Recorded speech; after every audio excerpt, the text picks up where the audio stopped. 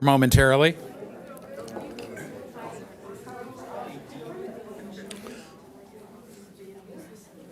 Let me know when you're ready.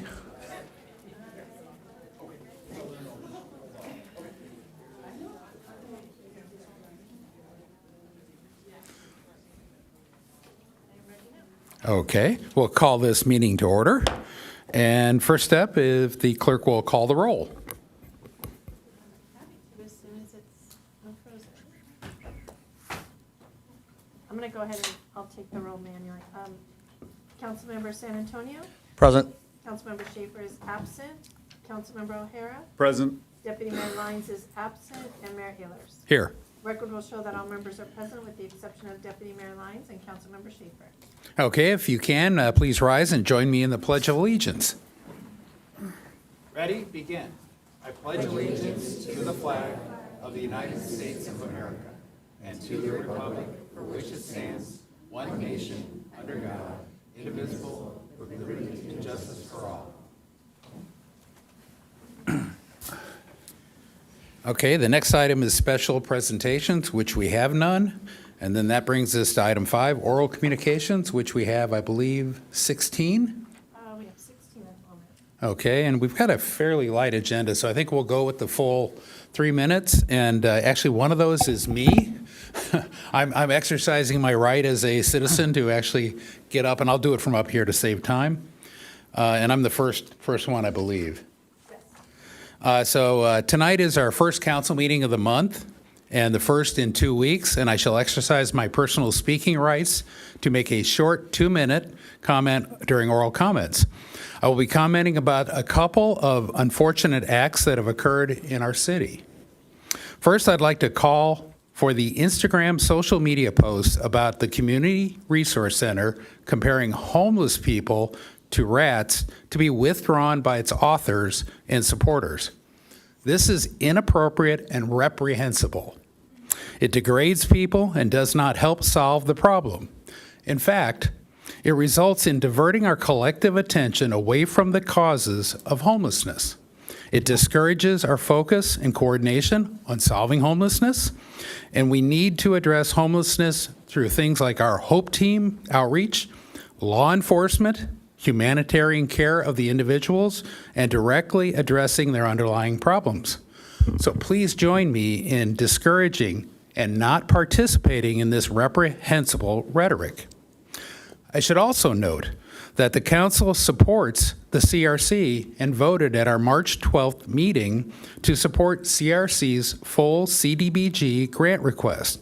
We continue to value and support the CRC in their mission. Another unfortunate incident was the physical vandalism of Tesla cars at our local dealership. Peaceful protest is everyone's right. I support this right for the people, especially those people who peacefully protest. But one or more individuals chose to break the law. There's no justification or valid reason to physically deface, harm, or destroy property. These illegal acts will be investigated and legally pursued by our sheriffs to the full extent of the law. Please join me in opposing these illegal and unacceptable acts. I hope you will join me in supporting civility online, in person, and of course, especially here in council meetings. Thank you. We'll go to the second comment. Next 3 speakers, Natalie Satoon, Christine Schindler, and then Arash Nawahi.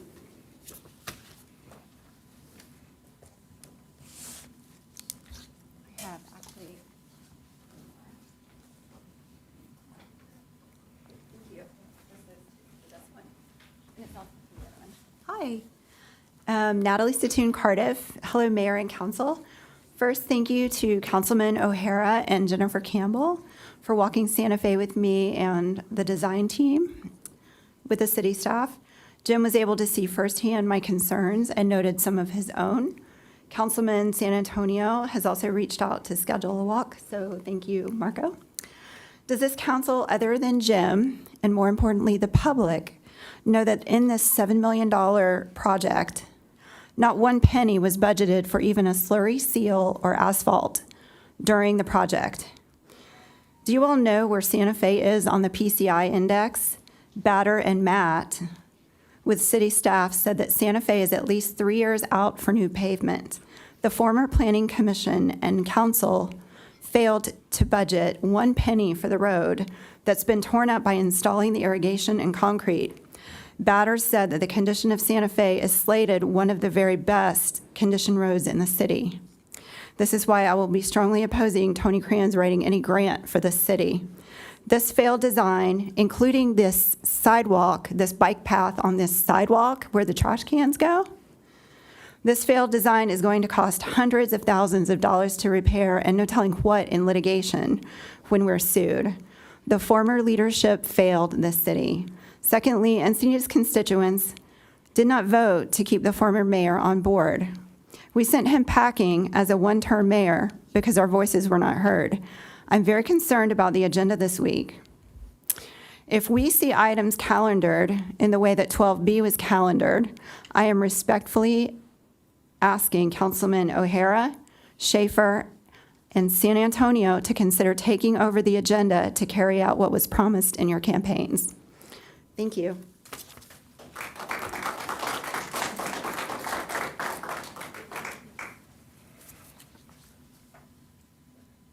Good evening, Christine Schindler, East Encinitas. So appreciate having the 3 minutes. I have 3 items. We'll see if I can actually get through them for a change.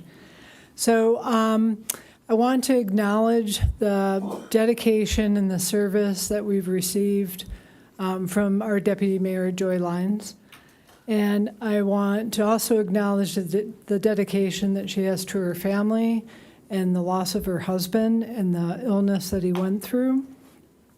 So just so everyone knows, if they haven't been aware of this, that is why she has not been on the dais.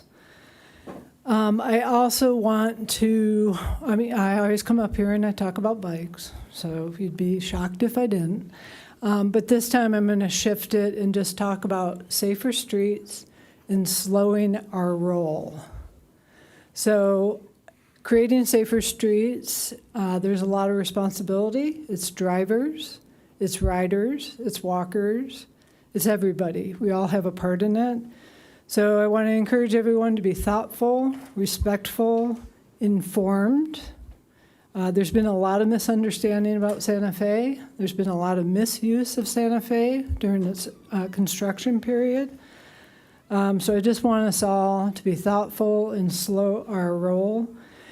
And for people to realize that when we come up here and talk about active transportation and wanting to shift people out of their cars, I'm not telling you to sell your car and never drive again.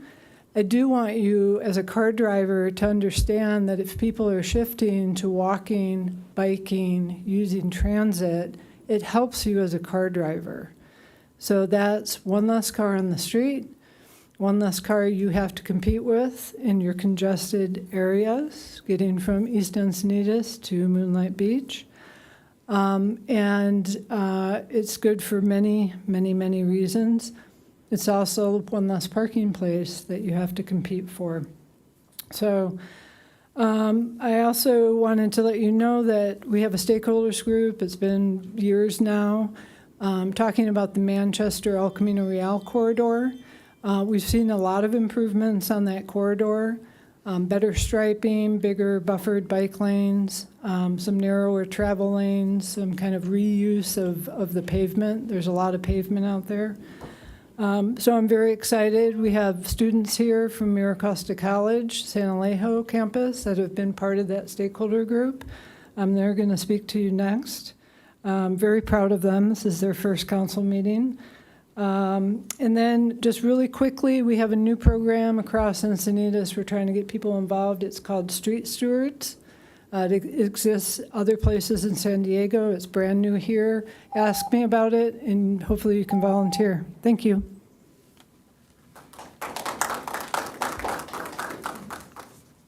And then following the next speaker will be Alexander Orich, followed by Ronnie Gardinier, and then Vivian Bale. You're next. And then Alexander follows you. And if Alexander can move up to the front row, we'll try and speed up the switchover. So, good evening, Encinitas City Council. My name is Arash Nawai. I am speaking on behalf of the Associated Student Government of Maricosta College. I have come along with my student leader colleagues and advisor. They are such an amazing group. I absolutely love them. And before I begin, I would love to acknowledge the hard work and dedication this council has put forth towards the city to make it more accessible and safer for all its citizens. I would like to address the challenges students at Maricosta College and Encinitas residents face regarding accessibility to the Maricosta College San Hill campus and surrounding areas. With the nearest accessible public transit being over a mile away, the lack of bike infrastructure and walking path has put a lot of risk, has put all the students and the Encinitas community members at risk of traffic-related accidents. Thank you.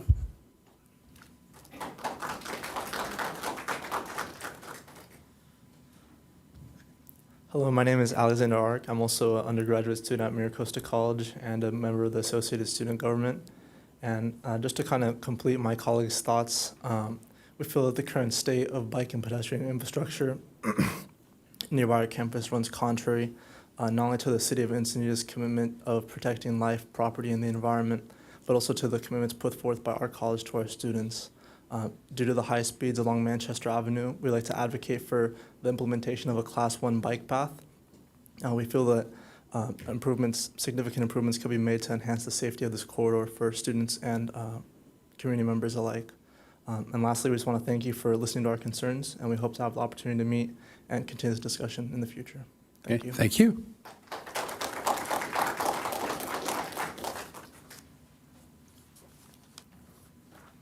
Hello, my name's Ronnie Gardenier, and I'm from Cardiff, and I've lived in Cardiff since 1988. And I'd like to talk infrastructure. Hopefully, I'll have everybody's attention for that. In 2017, there was a presentation of the Birmingham Seascape project by the city. About 200 people attended to be completed by 2021. 2021 has come and gone. Nothing. Follow-up each year until 2024 with planning, engineering, the contract company, SDG&E, all still pending and items to work out. That was again up until 2024. Last year, I saw digging up of the asphalt along Birmingham and really got excited. Found out that it was Ting for their purposes. Someone told me that they had authority due to being a utility.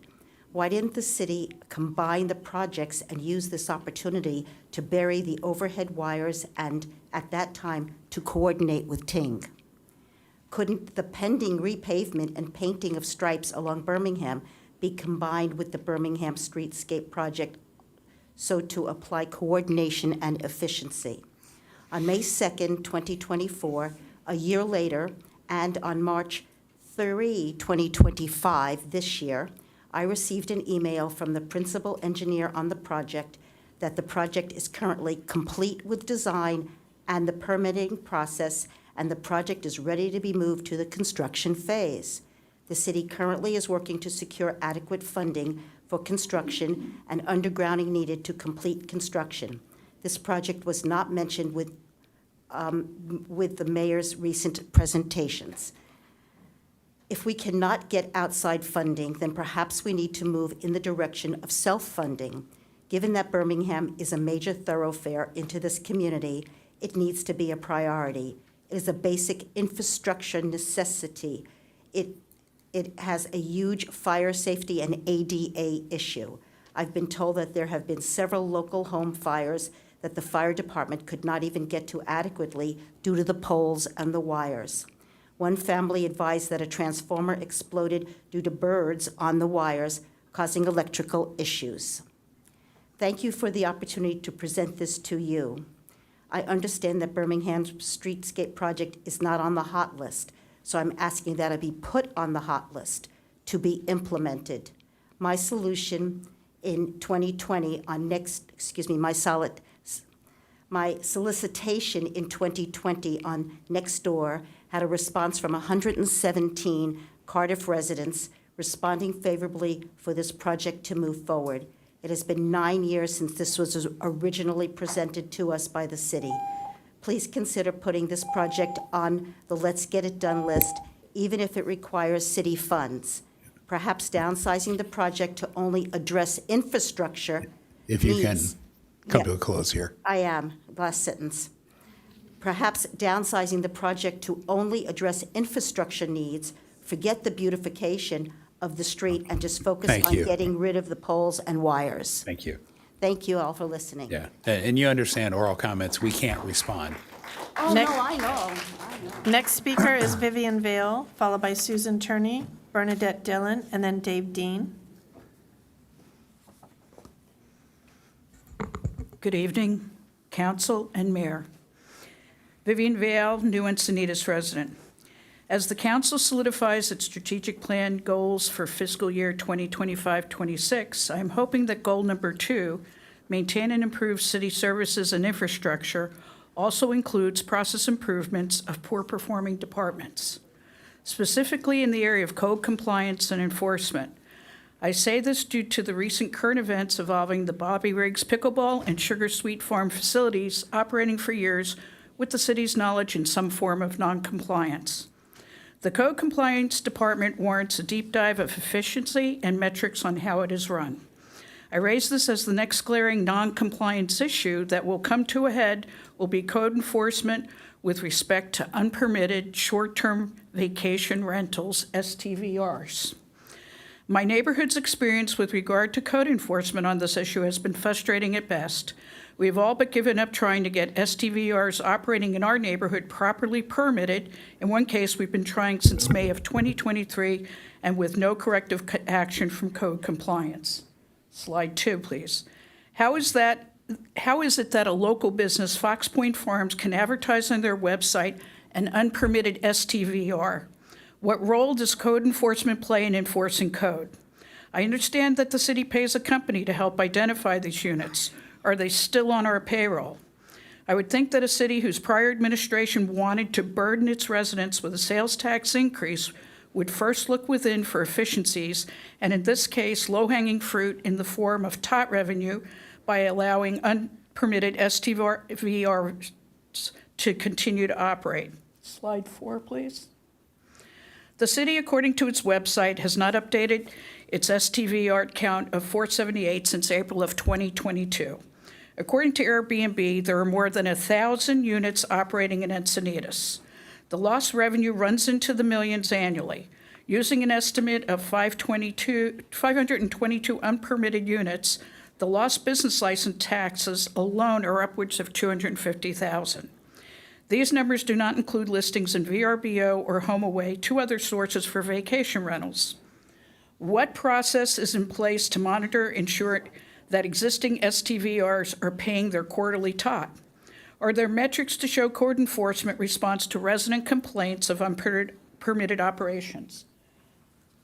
This chart shows what the potential in lost tot revenue is, based on information that is available, but we have not been able to quantify whether it's been updated because I'm waiting for a PRA request response. We are not talking about grant money that may or may not pan out. These are real lost dollars, and they are significant. To say that oversight is lax is an understatement.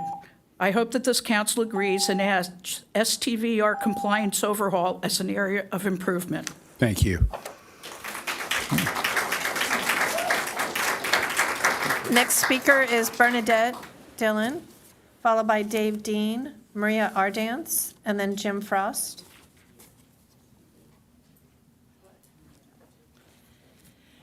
Good evening, Mayor and council members. Today and for the last few years, from our city to the county to the state, the federal government is trying to solve the problem on affordability. Not just homes, but the cost of living, taxes, homeowners insurance, and how the city wants to add parking permits. We are making it harder and harder for people to make ends meet. The changes to Santa Fe Drive have forced cars to park on Munivar and Nardo streets like Cathy Lane and Ocean Crest. They do not have sidewalks or bike lanes. Because of the gridlock on Santa Fe, all the streets south of Santa Fe have become thoroughfares. There are no protections for our kids going to Ocean Knoll, Ada Harris, and SDA. This is not a good example of active transportation and does not improve vehicular traffic flow. Please, please stop adding to Santa Fe Drive. It is just going to cost taxpayers more money to remove all the things being added to it that we can't afford to change back to where it is now. There are plenty of places to put the planter box to meet state requirements. We can do so much more. Apparently, the lights have been put up for the pedestrian crosswalk. Those went up today. And they're taking out all the cones and the tape so people can start using the backup stalls all the time now. So I guess the 2-month watch starts now as to what goes on. My question to the city council is there going to be video? Are you guys going to get to see real time what happens on Santa Fe Drive? Because that needs to be done at the high points of traffic. So you have a better idea of what the residents in the area are dealing with as far as traffic, parking, which is only going to get worse with 51 units going in behind Bobby Riggs.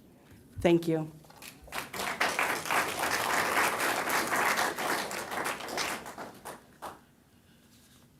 Good evening, Mayor and Council. Dave Dean from Dave's Rock Garden. And I am here this evening to say thank you who all attended our recent small library opening. In the garden, we promote unity to the community. Sorry, Mom. Anyway, to that end, we were recently gifted a small library by the San Diego Council on Literacy in the San Diego County Library. And in this little video we'll watch here, it explains some of the artwork that was done by Dave Owens. And I'd like to encourage everyone to please come and visit the garden. Amazing artists and thoughtful rocks are painted there that will truly touch your heart. In this video, we'll explain some of this artwork, so please play it for us. In this panel, as it was described to me by the artist, Robin reads stories to Pooh and Rabbit, who wait patiently for the stuck bear's full belly to get smaller. The magic of the words explode from the pages of the book as they soar through the galaxy of stars. Sister witches, fairies, wizards, pirates, and dragons. Pooh's difficult situation is soon forgotten as they travel through the Hobbit door, down the rabbit hole, and on to the yellow brick road. Under the watchful eye of dangerous foes through Crystal Ball, the panels speak to the power of collective imagination and literacy's ability to build empathy and community. Please come and join us in the garden and have a wonderful day. Thanks for that, and hope to see you all in the garden as we continue to promote literacy through the community. Thank you. Thank you.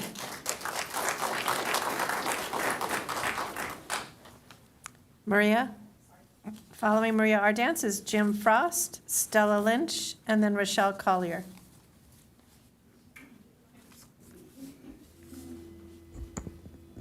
Hi.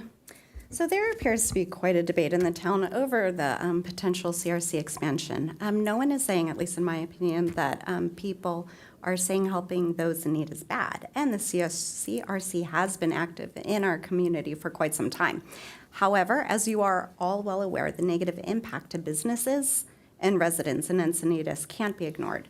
And the negative impact that largely can be contributed to those who receive services from the CRC are part of the growing population of aggressive and drug-using homeless in our city.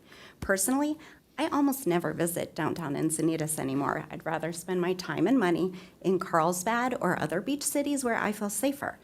As more and more people feel the same way, it's going to be a greater and greater strain on our businesses, and it's just not fair to them, and it's not fair to the residents. Additionally, there's also absolutely nothing compassionate or humane or fair about allowing our homeless population to live on the streets, using drugs, relieving themselves on the streets or the beaches or the parks. Anyone listening, cover your kids' ears for a second. Masturbating in public, I have seen this multiple times, day and night. It's not okay. Starting fires, physically threatening the public, putting their own lives in danger as well. It's not just the businesses and the residents, it's the people struggling as well. So no one's saying that every patron from CRC behaves this way. They don't. What we are saying is that more and more people are displaying aggressive behavior, and we need something that is going to be done to prevent this. Where is the enforcement from the city and the CRC? Mayor Ehlers, during the State of the City meeting, you highlighted your commitment to address the areas which need improvement from the city. You discarded your state-issued rose-colored glasses, which I appreciated, and we're going to hold you to that, including addressing the health and the safety of our city. The state-sanctioned La Vie en Rose, so people who don't speak French seeing the world through rose-colored glasses, it's just an encouragement from the state to turn a blind eye to that issue. Unacceptable. Where has that gotten California? Like you, I will not accept it for the city, and I expect more. We all do. Homelessness, drug addiction, mental illness, they're all incredibly difficult challenges. Solutions are complex and difficult. There's never a one-size approach to such a dynamic issue. However, the hard work must be done by the city, the state, and this nation to address mental illness and drug addiction, which are the large contributors to long-term homelessness. Again, it's not an easy issue, but it's paramount for the city, the businesses, the residents, and the people struggling to address this. Please. Thank you.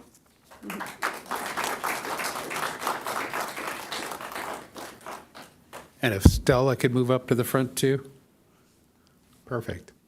Well timed. Hi there. It's item number 15773. It's picture James Frost. And there was a video. Did that not get, was a video attached to that email as well? No video, just 2 pictures. Okay. All right. Esteemed Mayor Ehlers and council members, thank you for your time. My name is Jim Frost.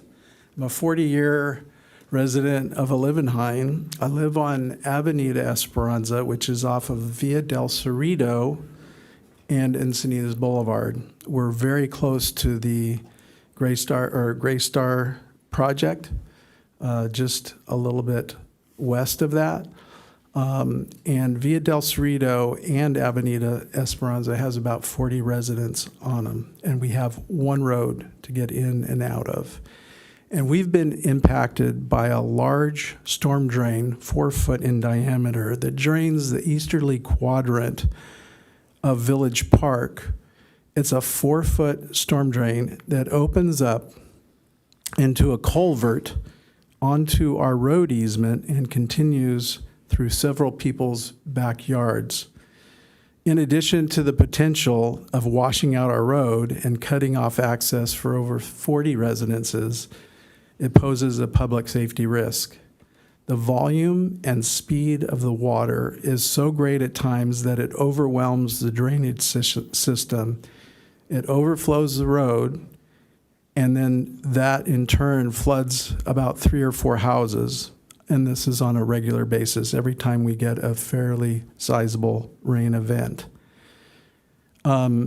Also, this culvert runs right next to Encinitas Boulevard all the way down to Rancho Santa Fe Road, right next to the sidewalk.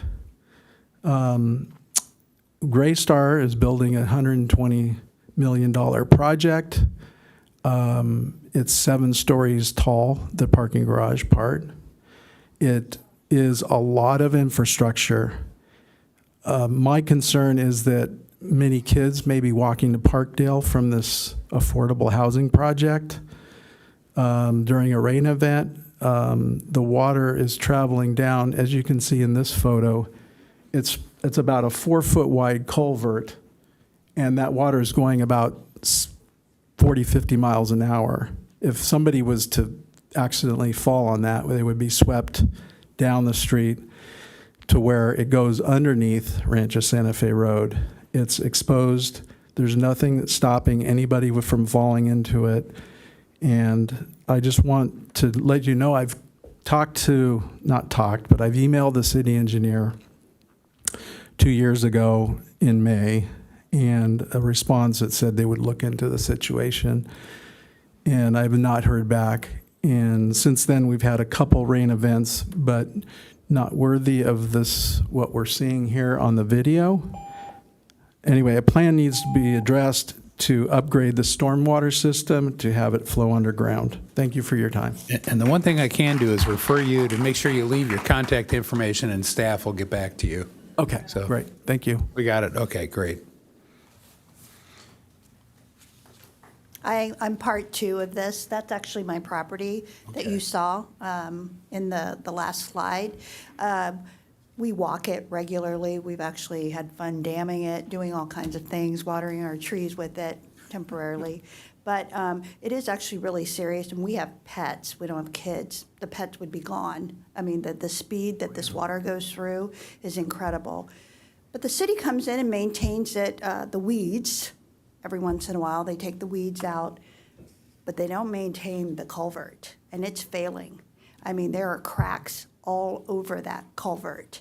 So I don't know exactly what that means when it completely cracks through, but there's definitely issues, not issues, it's gonna fail. And I don't know how long that will take, because I'm not that kind of an expert.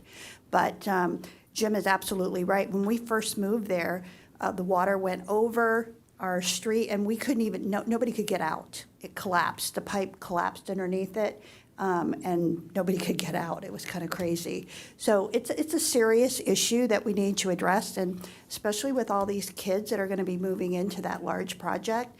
I mean, we have kids regularly take shortcuts to the 7-Eleven that go right through our culvert. And so, I mean, hopefully they wouldn't be so silly to do that when it's raining, but I don't think it's a safe. It's going to be an issue at some point. That's it. Thank you. Rochelle? Next is Rochelle Collier, to be followed by Kelly McCormick, Scott Campbell, Patty Stottlemyre, and then Elena Thompson. Hi, Mayor Ehlers and City Council. My name is Rochelle Collier. I live in Leucadia. I haven't been here for a while, so I haven't met you yet. I'm looking forward to doing that.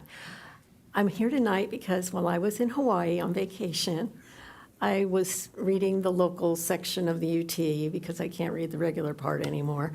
But there was an article about our budget, and Luke, who's my new representative, mentioned the Vulcan path. And I almost had a heart attack because I've been trying to get some kind of walking something on Vulcan for 20 years. And Bruce is always nodding because he knows everything I complain about. But I just want to thank you from the bottom of my heart, because we appreciate anything you do in Leucadia. It seems like we get the short rift sometimes. However, I want you to know I was talking to some neighbors today because I was running around delivering avocados, and when I mentioned that I was doing this, they all said, "What about the railroad crossing?" So I have to mention that to you, and I said, no, that's going to be taken care of. And the last thing that I want to say is I'm so happy that you appointed Jennifer to be our city manager. I just can't tell you how happy I am, and I really appreciate your doing that, okay? So thank you, and I'll be back. Thank you. Okay.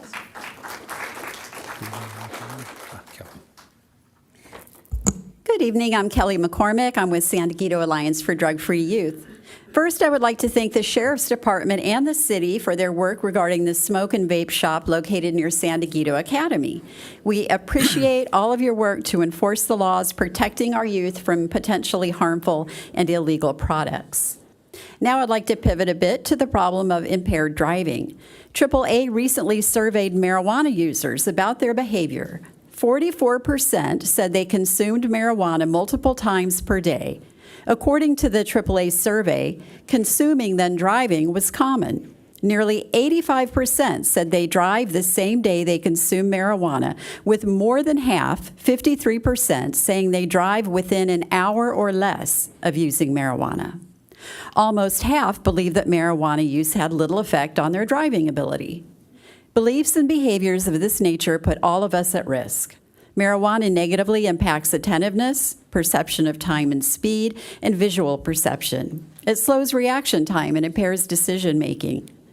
The California Office of Traffic Safety reports that larger doses are associated with greater problems, finding that these drivers tend to weave in and out of lanes more, react slower to traffic lights and unexpected obstacles, and are less aware of their speed, whether it's too fast or too slow.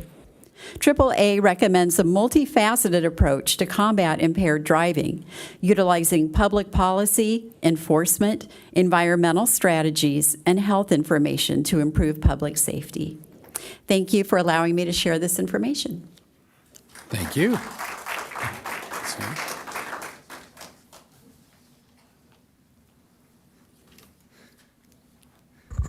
All right, good evening, Council. You've already been working for quite a while. My name is Scott Campbell, live in Encinitas District 1. And I paid attention to that meeting earlier. And Mayor, you asked about businesses. I didn't catch everything, but you talked about I think you were off by a couple orders of magnitude, actually. This slide shows that there's 33,000 people that work in Encinitas, and that's out of a population of, 63,000. That's incredible. I mean, that must be a lot of one-person businesses, but it's just really interesting numbers, and that's really what I came up here to talk about. And, the top 10% is only 11%. But we also heard about some other stuff. We heard about the roads and the Ting Mobile. I had a comment about that. It inspired me. Some of the places where Ting Mobile has been working has really messed up the roads. It has not made it good, and those roads are not on any kind of a work plan. I mean, it might take 10 years to get them fixed. And I don't know what to do. The little part where they fixed it is nice, but next to it is not nice, and there's uneven wear. The Planning Commission did a recent thing about alcohol, beer, and wine sales, and there's that's what drives the vitality of our downtown. But I've noticed that the recent applications for beer and wine sales have the most hours compared to older establishments. And I'm just wondering if that's the policy of the city towards what I called E-Vaped, Encinitas Vacation and Party Town. And I just don't think that's really where the residents of the city want to go. It might be where the businesses want to go because they get more money, more people's more money. But the city's for the residents more than it is for the businesses, and it's more than for the tourists. And we got a long meeting, so thank you. Thank you.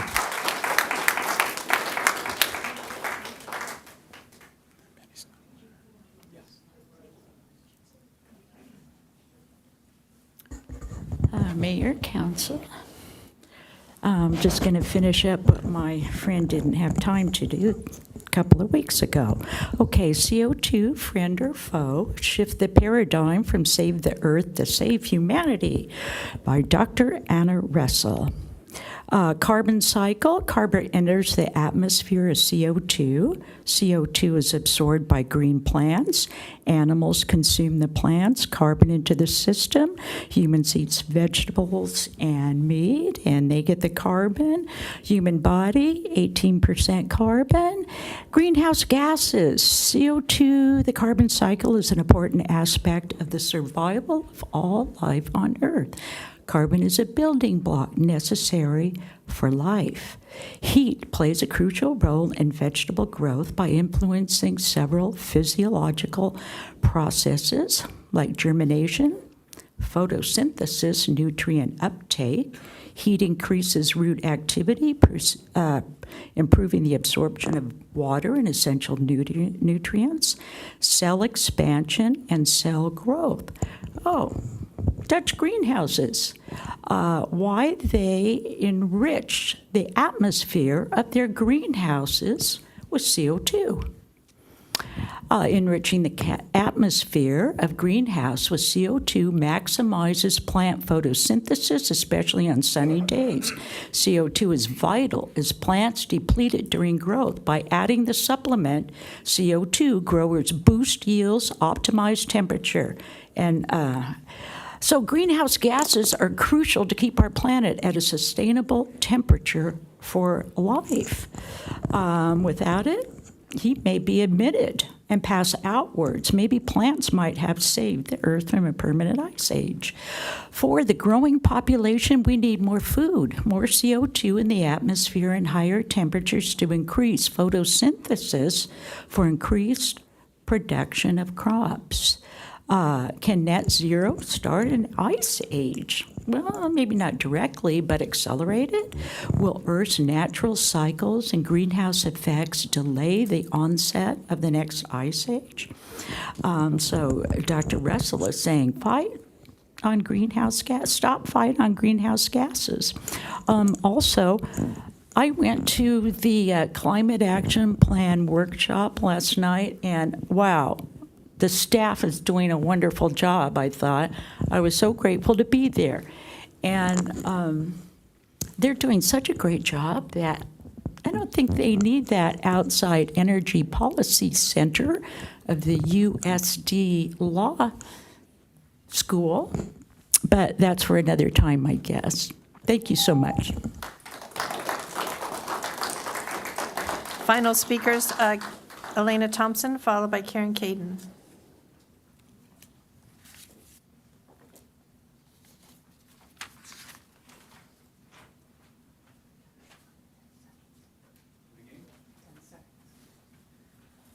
Hi, everyone. Thank you for your time and attention and allowing us to exercise our First Amendment rights.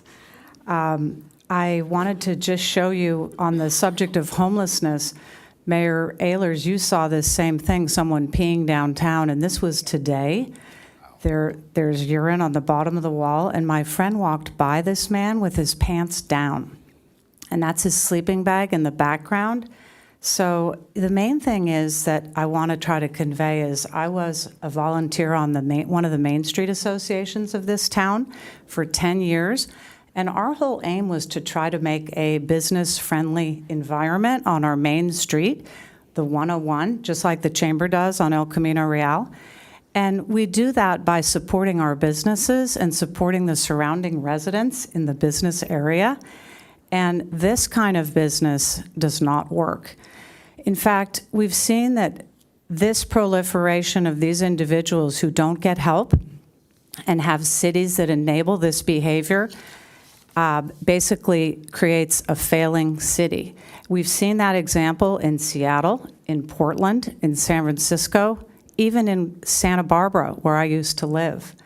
And the key factor, as you all are having your budget talks coming up when you factor in the homeless situation, is you need to be reminded that when businesses fail, and they're leaving Encinitas, and they're complaining to you regularly about the situation today, is that impacts our property taxes. It impacts the sales taxes, which are already down this year over last year. It impacts all the business fees. It impacts the ability to run our city if we don't have that revenue. And the city of Portland is down 2/3 in their annual budget because of their failed, hollowed-out downtown city. So let's focus on all the good things in Encinitas, the flower capital, the yoga capital, the meditation capital, our family-friendly environment, and let's support our businesses and the surrounding residents. We are the priority. We are the people. We vote for you all. And you're all here because the last council was enabling this. So I want to thank you and encourage you to make these tough decisions and do the right thing to support our businesses and our residents. the 63,000 people who call this place home, not the 150 people who aren't even from here, who really need serious medical attention. The time is now, and time is of the essence. Thank you.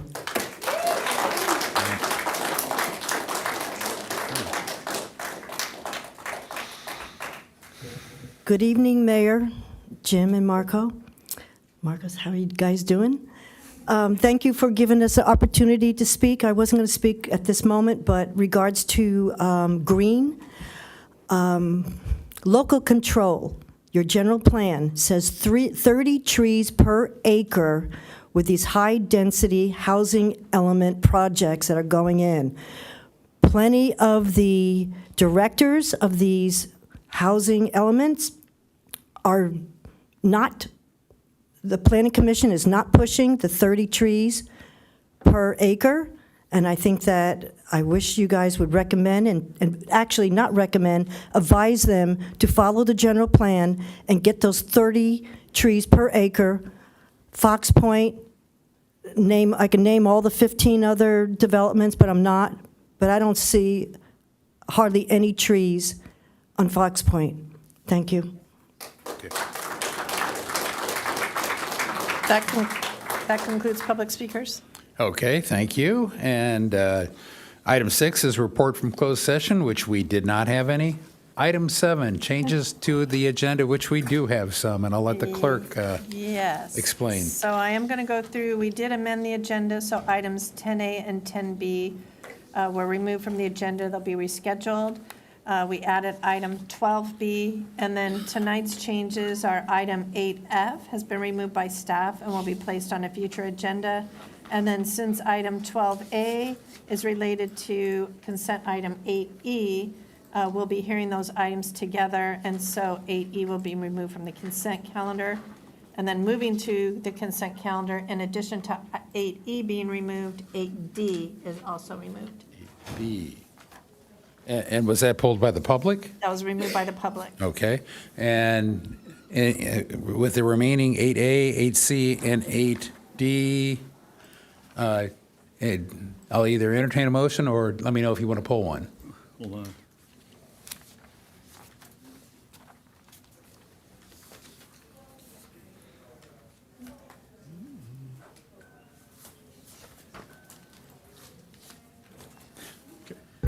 Could you go over what's left first, please?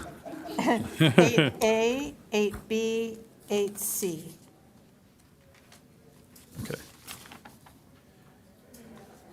Okay, motion to approve 8A, 8B, and 8C. Okay.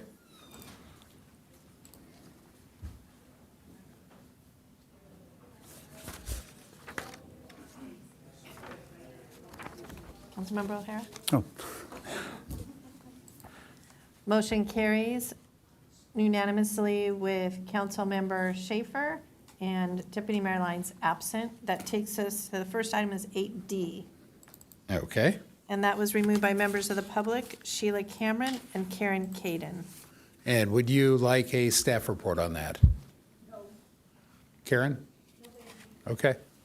So we'll go to public speakers.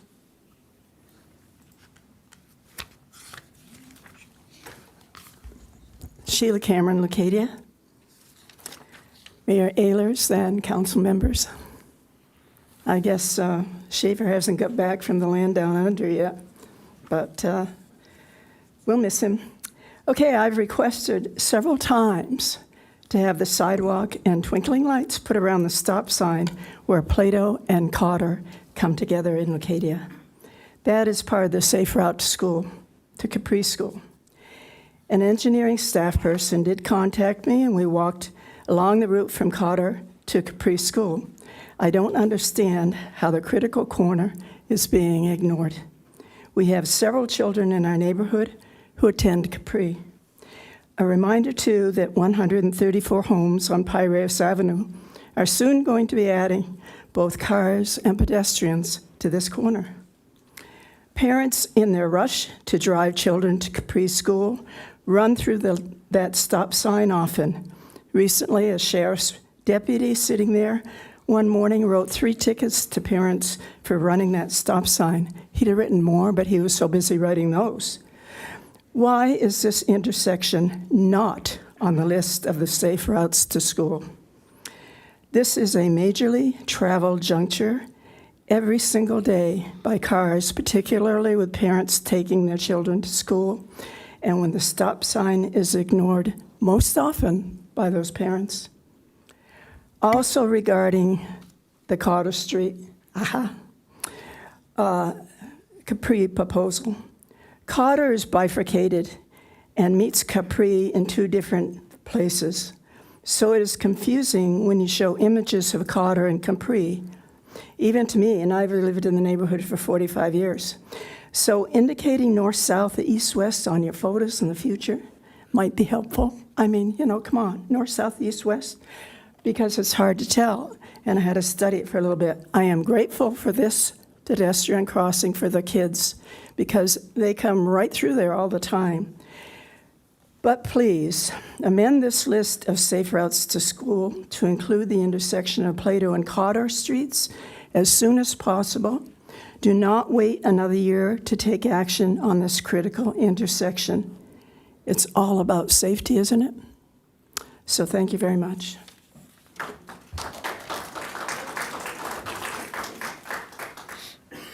Then following Karen Caden will be Christine Schindler. Hi, I'm Karen Caden. I live across the street on Carter Street for 43 years, where Plato meets Carter. When I saw this at 4:30 today. It took me a long time I don't even understand it, but I want to say, Abe, if you want to do typology, naming the street, there's North Carter and there's South Carter. So this is South Carter that we're talking about. And I do agree with the yellow lines for safety. I'm not too sure about, I don't mind lights for safety, but we have to consider the neighbors that live around there, that you don't have lights, flashing in their bedrooms. I want to let you know I was involved. I have a history with Carter Street. City, during the time when Pam Slater was on the council, they came up with the safe route, and they hired a consultant. The consultant did not consider Carter Street or Urania. I read it all, I went forward, and I made sure Carter Street had it, had the street sidewalk, and Urania that goes to Clark. I'm a little embarrassed that where the neighborhood is not being communicated by the city staff. We should all be involved, and I agree with Sheila regards to safe walk across Carter Street where Plato reaches. I live there, and I've seen it. And one time we had a fake cop statue, and every freaking car stopped at that stop sign. It's really crazy. Anyway, I know what Sheila's talking about, and I also want to add regards to requesting also Plato Place from Piraeus up to Carter on the south side. City owns 15 feet. We need a safe route. It has been asked several years. It's on record, and I feel like we're being ignored by the staff to put this on record. I know it might cost, $400,000, but damn, it can take the place of $1 million roundabout somewhere that people ride over instead of really understanding how they use them. And I would like to know how much it's going to cost. You got a curb type C versus curb type A. I don't want to see this city spending monies on what we don't understand what a curb is unless it's an ADA curb. I get it, but I do know that street and the sidewalk, and I believe that it's already cut for ADA. Thank you very much.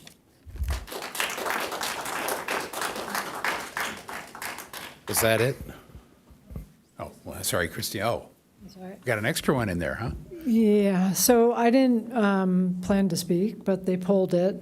So I just want to acknowledge year after year the amount of work that's done around the idea of safe routes to schools. And safe routes to schools and some of the improvements, most of the improvements that happen benefit the wider community. I think it's important work. I appreciate Abe and others that dedicate a lot of their time to it. It's not perfect, always. Everybody has their needs and their perspective.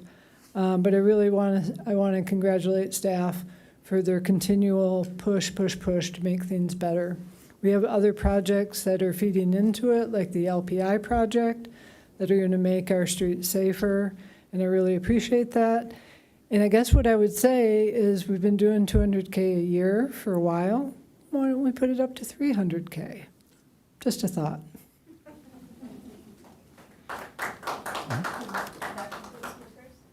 Okay. Any questions for staff? I've got a couple I think would be good to get out there first, just to let staff explain. First one, I think one of the public commented about replacing a ramp with a ramp. Can you explain why that was a change? What change prompted that? Thank you, Mayor. Absolutely. Good evening, Mayor and Council, members of public, Abe Bandigan, City Traffic Engineer. Yes, as a part of this project, that was a collaboration between staff and school principals and the district's infrastructure team. There were several meetings between staff and the schools. Locations were identified. Part of the improvements that are here at these 8 locations are amendments to existing infrastructure because they don't meet code. Certain ramps are old ramps, they're not standard, they don't meet current national and state standards. And whenever we add an improvement to the intersection, to the location, we need to bring everything up to code. That's basically the reason for those upgrades. Okay, thank you.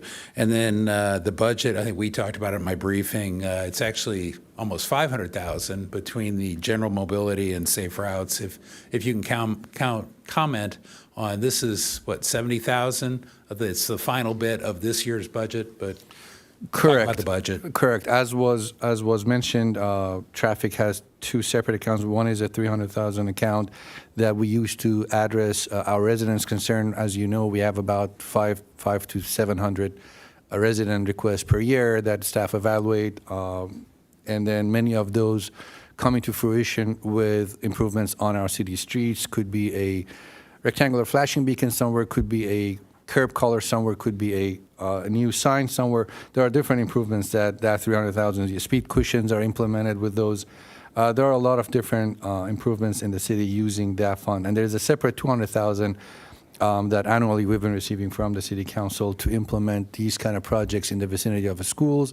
We have the liaison committee that the meeting happens every other month. We meet with the school principals, with the school team, staff, their infrastructure team.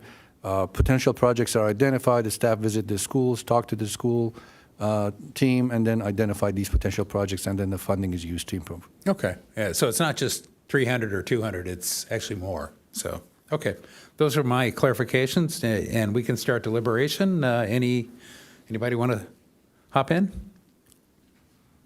You can just hop in. There's only 3 of us tonight. This one's pretty easy to manage. Just a couple quick questions. And additions and changes. Real quickly, is there a reason we can't add Plato and Cotter? Per the recommendation, it is a school route, and when I look at some of these items on here, they're not all. We're calling them routes to school, but I got to say Paseo de las Flores and Cool Gardens is. It's a great project, first off, that it'll do a good deal, and it's a good safety enhancement, but I would hardly call that a high usage, safe route to school for people in comparison to these other areas like Plato and Cotter. Is there a way we could add Plato and Cotter to be addressed or included in this list? We certainly whether there's a project or not. Can. A few notes is that the first is obviously the distance, but obviously there are kids that are walking here. I would assume this was not brought to staff attention by the principal and the school staff. The main reason that we didn't initiate this on the staff side is the lack of infrastructure. This is basically the intersection. As you can see, there is no point in sending. So the sidewalk basically ends here, and we can add a marked crosswalk, but then. Yeah. We would have to hold on, everybody. We would have to create basically a corner, and we did something similar about 2-3 years ago at burgundy here. I can show you how it has, per ADA standards, we have to have a receiving end. We ended up building something like this, basically to just send the crosswalk to nowhere. We can do that, but it's a lot of additional costs for a really not a finished project. And I would throw out one additional mitigating factor, and that was the Piraeus project that was approved. Part of the approval was basically an agreement for $1.8 million to be paid for mitigation. And that estimate where the 1.8 came from was from a ped path from the base up Plato. It hasn't been designed yet. We don't know which side for sure, but it would come up there, and I would assume whichever side it came up on, it would affect where you put this kind of crosswalk. So we may want to put that into the plan for this. Well, it really is going to be tied to after the project is built, they pay their mitigation fees. The city will then have funds to go address that and a path along Piraeus from Plato to La Costa, I believe, was where that 1.8 million came from. So there may be a future project that would do this exactly. Okay, because I look at the intersection, if you can go back to the intersection you had up, and when I hear the term safe routes to school, making this safer comes to mind, right? This does not look like a place I want my kid walking on the left, right-hand side of the road. For safety purposes, I see a blind corner, I see a corner on the other side with no sidewalk. I know, per Bruce's point, there's going to be some adjustment there, but to me, when we talk about safe routes to school, this is what we're talking about. When we talk about safe routes to school, and we put in Quill Gardens and Paseo de las Flores, which again is actually a good project. I'm glad it's on here. To me, we're just talking about safe routes to Fox Point, which isn't what this is about. I definitely don't want this to fall off. I want this comment to be carried to some future action. And I think Sheila Cameron also suggested making it a flashing red stop sign. And I've had this discussion with Abe. I'm not a big fan of flashing necessarily. I haven't seen it change a whole lot of behavior. We have it in Olivenhain, and I actually find them a little annoying. And I think Karen Caden made that comment that you got to be careful. Neighbors may not like this very bright flash going, but this, if any place deserved a flashing sign and the neighbors could tolerate it, this would be one that remind people there's a stop sign there. I can see people coming up that blind stop and rolling through it pretty fast. Well, couldn't they do like a timer or something for school times or daytime? Or, I mean, at night it's, yeah. I mean, who's out there walking really late at night, but. Yeah, I haven't seen, know. I mean, right now what Abe told me that they cost under $1,000. They're fairly cheap. Simple. They're like something you can buy from Amazon. Even it's like LED that has a solar on it. But we can certainly look into a more sophisticated version. I'm sure it's not very complicated to have some sort of a chip in there that would allow us some sort of a timing program. I can look into this to see. I have to check with regards to technicalities, that the liability of like if it turns off and on, or does it make any difference with regards to, it was on or off? But I mean, we have some stop signs that don't have it and some stop signs that have it, so it shouldn't be My there. recommendation would be to give direction to staff that this should certainly get similar treatment, but probably when we do the path down to Piraeus, to that project, because that's when we're going to get more people coming up. We'll still have all the traffic coming across from, what do you call it, North Cotter, and coming down here. But ultimately, it should be within a year or two, depending on the timing of the project down there. Even They would sooner than fund it, that, too. if we know the design of that path and we know where it's going to lead, we can act proactively and build the crosswalk based on that future design. So maybe the task is to figure out how can we get money to design the path in advance of the mitigation fees we'll get from the project that will ultimately pay for design and construction of the path. I don't know how much it would cost to design the path and the sidewalk. I think you do the sidewalk, right? You do that in-house, right? You don't have a consultant go out and design new striping and Yeah, ADA. I'm not aware of the conditions that was put on the developer. If they have to build or they just contribute funding? It They is just a mitigation settlement, and we will take care of the design and construction. I would assume, I mean, I have Matt here too. I would assume we would need some sort of a design. I don't think we just go out and just trenches, but. So, and I want to be careful and cognizant, we're not talking about the design and the merits of that design because it wasn't noticed tonight. We're talking about, in this case, whether this issue that came up, is it a safe routes to school and should it delay until a future design, or should we attempt to add it in tonight? So just be careful of noticing tonight. Good evening. Sorry. No, go ahead, Matt. Go ahead, if you have a comment, please. Good evening, Mayor, City Council, City Manager. Matt Wadelsky, Principal Engineer for the Capital Improvements Section. Yes, this has been identified as a future project. Obviously, funding needs to be identified. We knew there was this agreement with possible developer to contribute funding. If it would be passed over, we'd need, obviously, the design we could do in-house with a consultant. Probably when you talk about the distance you're going, the possibility of drainage and retaining walls, probably around about $100,000 to $150,000. Okay. In a very quick guesstimate. Okay. My second question was the Paul Leckie School ramp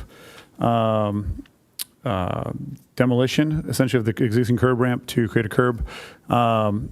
It's a ramp with no sidewalk, no partner. I completely understand that. I wonder if we can save the money on demolition of that at the current time until we have the updated redesign of Paul Leckie School, which is going to be completely taken apart, rebuilt, so that we can assess if this may be someplace we want to keep a ramp, or if this becomes a place we don't want to have a ramp, but to avoid having to do any future reconstruction of the ramp. Is this an item we could pull off of this piece?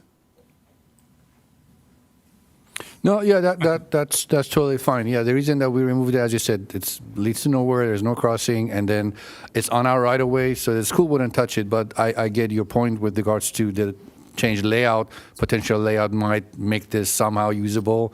I doubt it, but again, it's not going to. Yeah, I just don't want to go risk spending the money twice. Absolutely. And there's no innate danger to leaving it as is. It's been this way for years. Oh, okay. Correct. So maybe add to the action direction to staff to check and coordinate with the school site council to see if they have near-term or even plans to redo it, and should we wait or move forward on this? Would that be a fair way to handle this? Yeah, no, that's great. The school is pretty close to design finish. They're currently showing the redesign to the public and making changes to it per what their feedback is. Like I said, I just want to make sure we're not doing something twice. Yep, good catch. So anything else? Flashing stop sign, was that a yes, no, maybe? Anybody have? I like it. I mean, it's cheap. I know where you can get one that's used. No. I'm willing to give it up. We actually have one in Levenheim that stopped flashing, and no, I did not do it, but I'm just saying. We do have a policy at the department with regards to flashing stop sign requests. We survey this, we collect video based on the number of vehicles and the number that run it, don't stop. But obviously, council can override that policy and just direct us to do so. One concern, and again, council direction overrides everything. We usually go out and check the windows, and if it's a bedroom, if it's a living room, those kind of affect our decision. It's tough to say from this picture, but I do see a few windows here. I don't know whose house this is, but this would definitely drop that red light into these windows. But okay. But again, if it's council direction, we can. Let's do this. Let's make a recommendation that you look into, and do a video study if necessary, just to determine whether it's warranted, and at the engineer's discretion, determine whether it's appropriate. Absolutely, we can study that. Yes. Okay. Any other discussion on this item? So I think we've got I'll make a motion to approve this item with the direction to study the flashing red LEDs on the stop sign at Plato and Cotter. And what was the other one I said? We said earlier. Palecki. Yeah, and have, To coordinate with the remodel. yes, exactly. So, motion, I'll second. okay? And call the question if I have no other comments? Perfect. And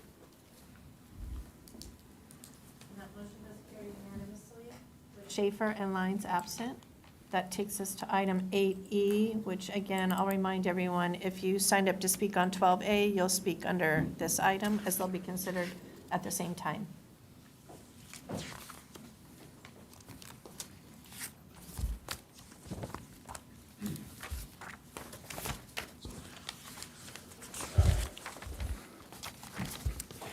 Good evening, Mayor, council members, and members of the public. My name is Bader Solomon, engineer with the CIP division.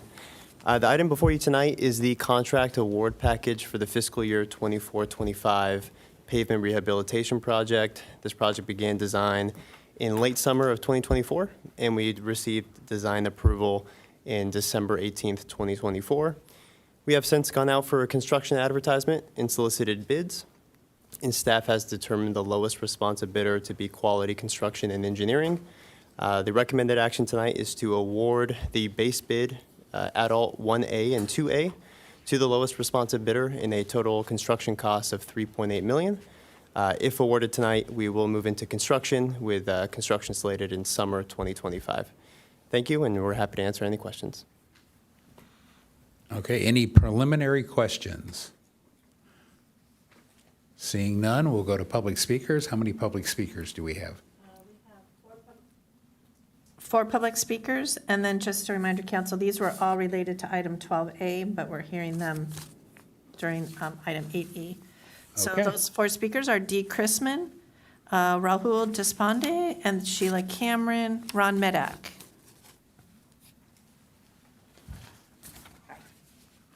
I've been a resident for 63 years. I actually am signed up for both 12A and 12B, so if you want me to speak on both of them now, I can. No, 12B will do after this. 12A, I just want to say I'm totally in favor of not restriping Birmingham. I'm a cyclist and a runner. There's no room on Birmingham to change the striping. So definitely want to see it be repaved, but I do not want to see the double yellow line removed. So thank you.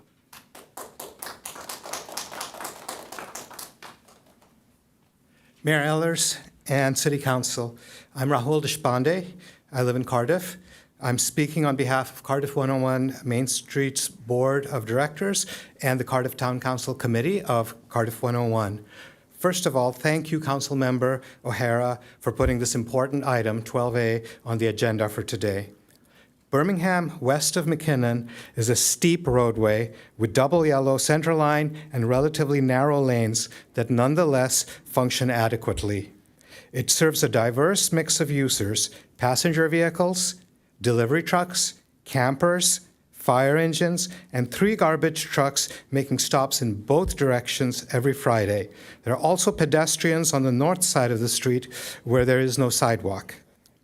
Bicyclists choose the quieter parallel streets like Liverpool and Montgomery/Stratford, which connect conveniently to the coastal rail trail and carry very little traffic.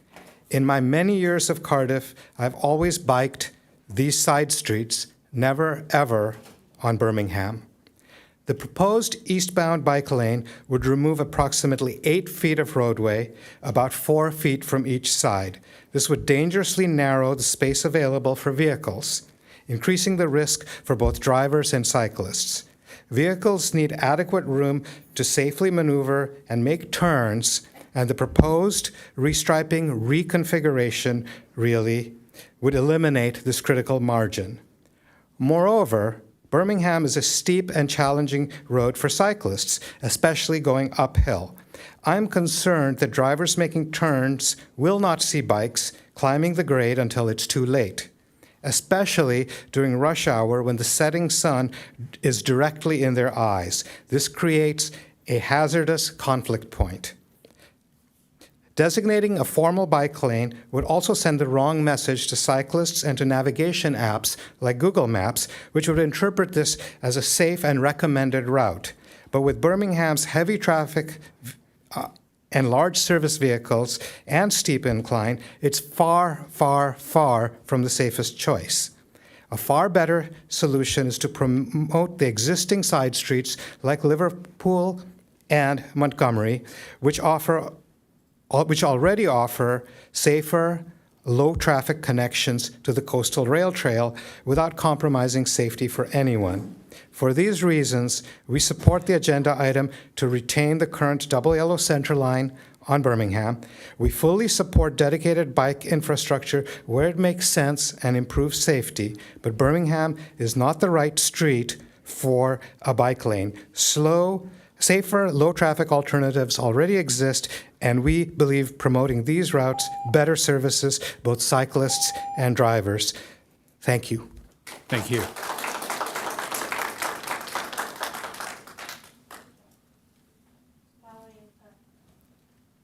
Following Sheila is Ron Medak and then Christine Schindler. Sheila Cameron, Leucadia.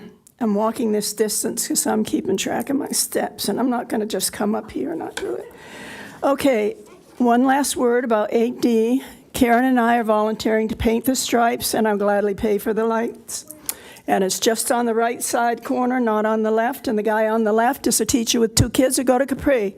So there you got it. Okay, now 8E. I have no objection to the contract. It's expensive, but a couple of points.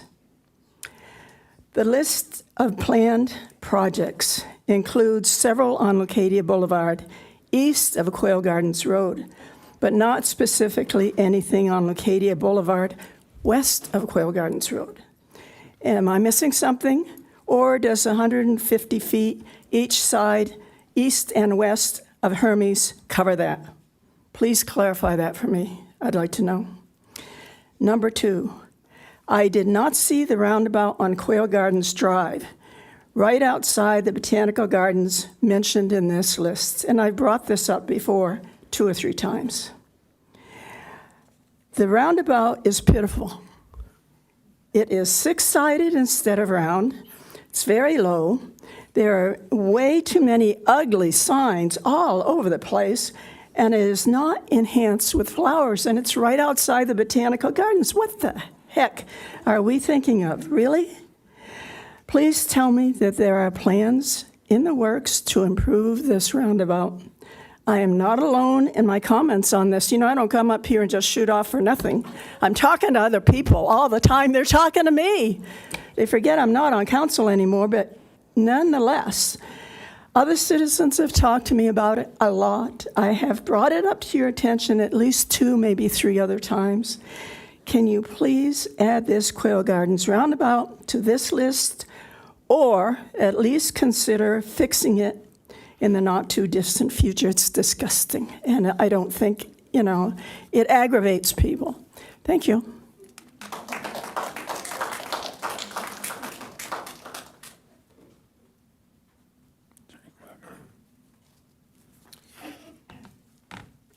Good evening, Mayor Ehlers and council members. My name is Ron Medak. I'm from Liebenhain, and I'm a commissioner on the Mobility and Traffic Safety Commission. I'm speaking to 12A specifically, and I want to thank Councilman O'Hara for bringing this to everybody's attention. I'd like to say first that I find it disturbing that important restriping on an artery like this could be initiated more or less anonymously in a 400-page document on pavement maintenance. And instead, I see a pattern of slowing of mobility on our major arteries in the street, both north-south and east-west. And so I recommend that in the future, any kind of major changes like this be brought to the attention first of the MTSC, and then we can evaluate that and then let it come to the City Council for approval or disapproval. As far as this is concerned, I'm a cyclist. I was over there a couple of days, rode this. It's a 10% grade. I don't think very many cyclists, in fact, I know very few cyclists use this artery. Liverpool, as somebody suggested, is a very good alternative, much less traffic. It's not nearly as dangerous. Birmingham is very dangerous. I could handle it, but any average cyclist, I don't think is going to be able to do that very safely. That's really what I have to say. Thanks.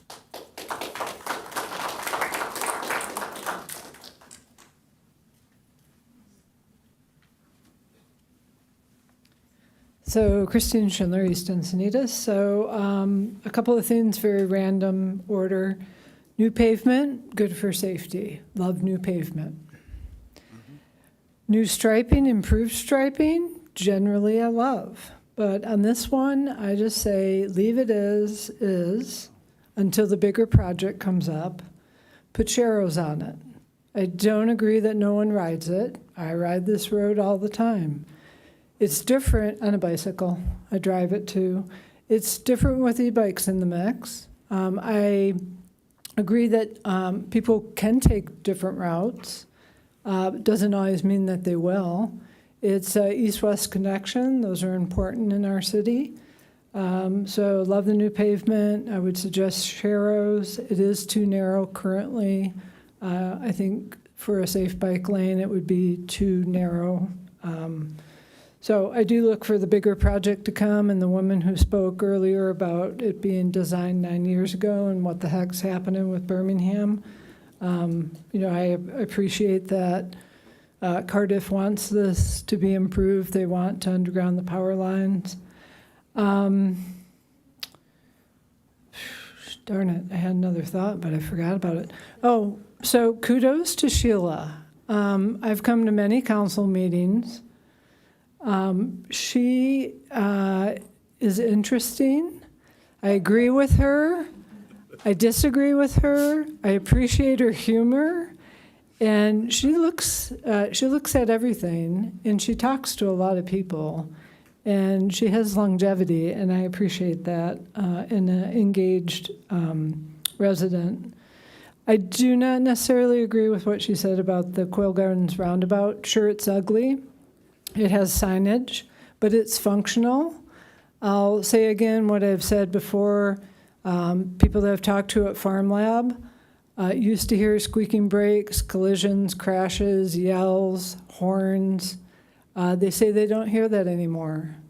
Things have calmed down. People are slowing down. I think it's doing what it's intended for, and I actually want to see these quick build roundabouts pop up across our community.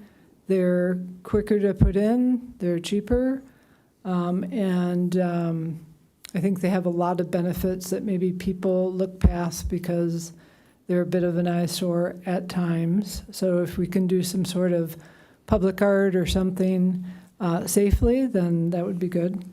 Once again, I appreciate the work that's being done by staff for all of these projects. Thanks so much.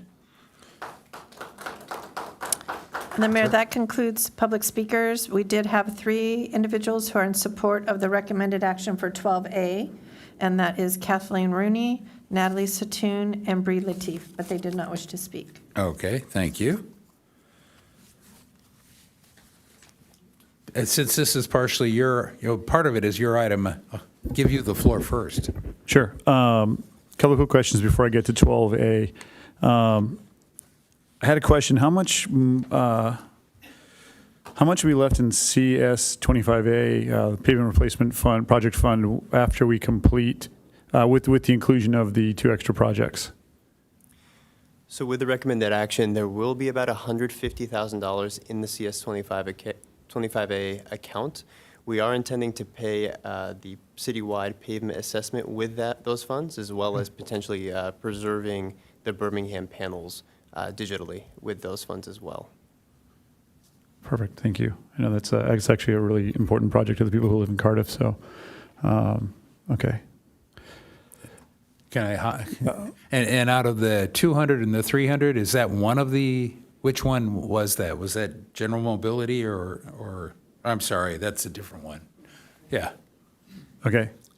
So I'm gonna move to 12A unless you have questions about the pavement.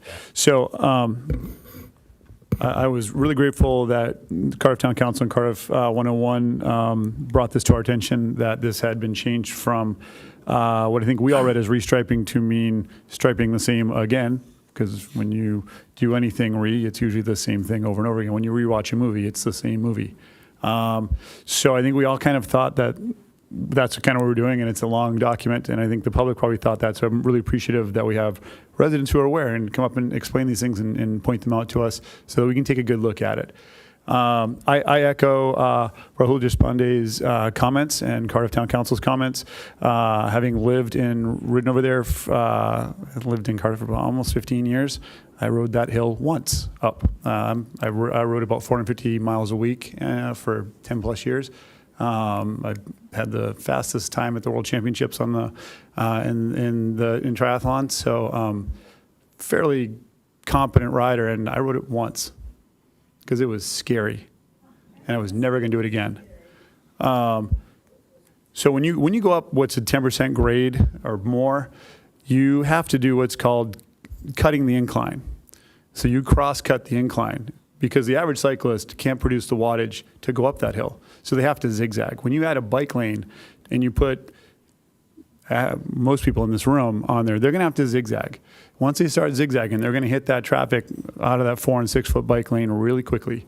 So to me, that line, that bike lane, just for the point of safety, doesn't fit there. I think additionally, we have a very tight road already. Emergency vehicles with cars have to change their speed to get by, and if we add a bicycle, that's going to be a problem.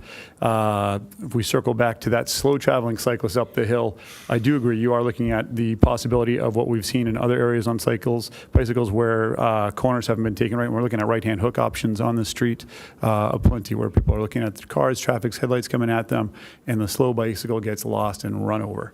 I think to get rid of the bike lane is to save lives. And I'm going to support it. I'll go one other step here. I do believe we've actually worked with and maybe you can maybe clarify this. We've actually worked with the Mobility and Transportation Commission, and they're agreed or they have in the works, and you can tell me where this is, to add, is it Chesterfield to Manchester to get down to the bottom of the path where the St. Leho Joint Powers water is, that was on the docket 2 months ago. Can you update us on that? Yes. So first, MTSC did review these before coming to council. That's our standard practice. Any restrapping gets reviewed by MTSC. This was not included. The item that you mentioned was not in the restrapping. There was a discussion at the MTSC with regards to access from Sechwa to Chesterfield through Cardiff, that when we get to the fork of Manchester, basically intersecting Manchester again, going up into Cardiff using the small Manchester, going into Cardiff and then turning left on Dublin toward San Leo, coming back. This will come to council very soon. Sure. So we're already looking at an alternative to going up Birmingham anyways to get down to where this path is. I'm going to ask council to, and I know they haven't commented yet, but I'm going to ask council to move this forward, but make the amendment of the restriping to put the striping back on Birmingham to the original striping. Do you want to go or I'll go? Well, I just had it. So what you guys were just talking about was the path from San Leo Power, the power that goes up, kind of parallel to the freeway, up to Yes. Yeah. Yeah, there was a comment that we received in public comments. I think it was public comments. It was sent to me at least. Yeah. That people would be going up Birmingham to get to the bike path. Yeah. And because we are currently going to have come in front of us an alternative route, I didn't find that to be a reason to put people in danger on Birmingham. I agree. In fact, I'll go back to Rancho Santa Fe Road a year and a half ago, where there was a proposed similar restriping, narrowing, and we have all sorts of horse trailers out there that go through that and we directed the council, the previous council majority agreed with me, and we directed that we keep the original striping, and I've gotten nothing but positive feedback from that keeping it the same. And I think we have a safe road out there, a lot of stop signs, but it keeps the traffic calmed. Second, I wanted to ask staff about the comment about Lucadia east and west of Quail Gardens Drive. I believe we're recommending, was it 1A and 2A? Or add alternate? Doesn't it go all the way from the down the hill on the east side up to Quail Gardens Drive and then Quail Gardens Drive down to the freeway? When Correct. we add those two in? Correct. So the additive alternates 1A and 2A, they span from Saxony Road all the way to Town Center Place. So Town Center east Place. of Quail Gardens would be Saxony to Quail Gardens. So in the recommendation in front of us tonight, it includes both those add alternates, and therefore they will get, and we'll have a much nicer Leucadia Boulevard all the way to the mall, to the shopping area. Let's see. Yeah, and I wanted to talk about, my thought, I would never ride a bike on. I've been standing out there at sunset, and you can barely see when you're standing on the side of the road, let alone driving and adding cars to that. So I also look at the problem with a Sharrow. I would not support a Sharrow on that road. And in fact, I keep toying with, is there the opposite of a Sharrow? You know, if Sharrow is shared, can I have a car-o or Caro that would only allow cars going up there? Because, and here's what I like, is this proposal that we're talking about tonight is to actually get the bicycles off on parallel routes. And we have an objective we just talked about, and I think it was Luke Schaefer, Councilman Schaefer, that was proponent of it, that we have in the circulation element identified parallel bicycle routes that are slower, safer, and this is probably the poster child for that concept, that I think that's where we're going. And I would throw out there for tonight the Caro idea that we make certain streets may have to be cars only and not shared because they're just, the geometry is wrong, at least today. And that, and I look at Santa Fe. I'm going to pick on Santa Fe a little tonight as an example. And if you put a bicycle in what's currently a Sharrow going up that hill to the east, and the bicycle's an old mechanical bike, and somebody's doing, it's not quite a 10% grade, but it's 7, maybe 6. They're going to be cranking along there at 3 to 5 miles an hour, depending on who's cranking up there, and they have full rights and cars can't pass them. You imagine how that's going to back up traffic along Santa Fe? I think this is a similar type situation. And like Santa Fe, or I should say like Birmingham, Santa Fe has parallel roads that I'd rather have the bicycles there and cars moving freely. Because if we make Santa Fe and keep Santa Fe a Sharrow forever, then cars are going to seek other paths, which they are doing today. You heard it tonight. You'll hear it multiple times. So I am very much in support of leaving the striping as is, and I'll yield. Yeah, I agree. So. Second. I'm sorry. I'm sorry. I'll go ahead. I didn't realize that was a motion. I didn't heard the words emotion in there. But I'll second. Okay, so is the motion? The motion was to approve the item with the amendment to keep the striping on Birmingham as is. Okay, great. So we have a motion and a second. We will call the question.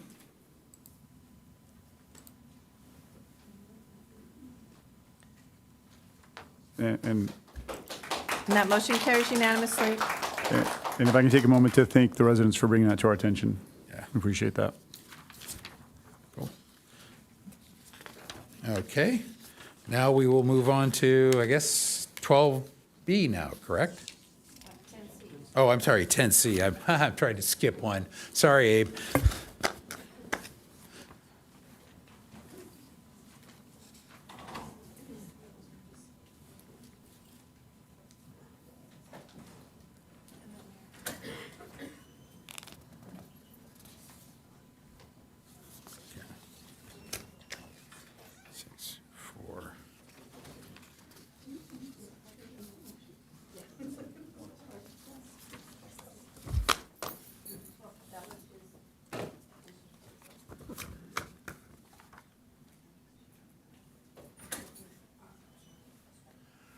So we'll start with a staff report. Thank you, Mayor, council members, good evening, members of the public. Abe Bandigan again, City Traffic Engineer. One quick announcement about translation services tonight. Very, very quickly, this will be just an announcement in Spanish in case we do have any Spanish speakers that either want to listen in or make comment. Buenas tardes, se está ofreciendo interpretación para este punto en la orden del día. Si alguien quiere hacer un comentario o desea escuchar este punto en español, favor de indicarlo o acercarse con su servidor. Gracias and thank you. Back to you. Thank you.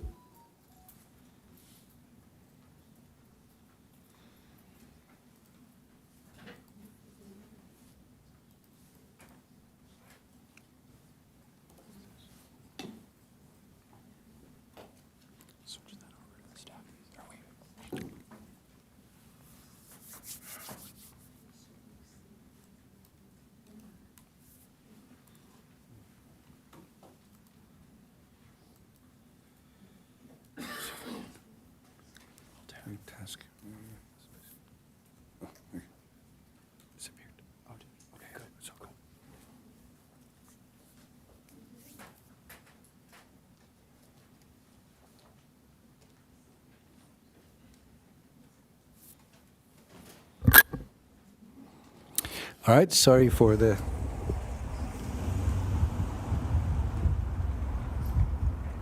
It's not me.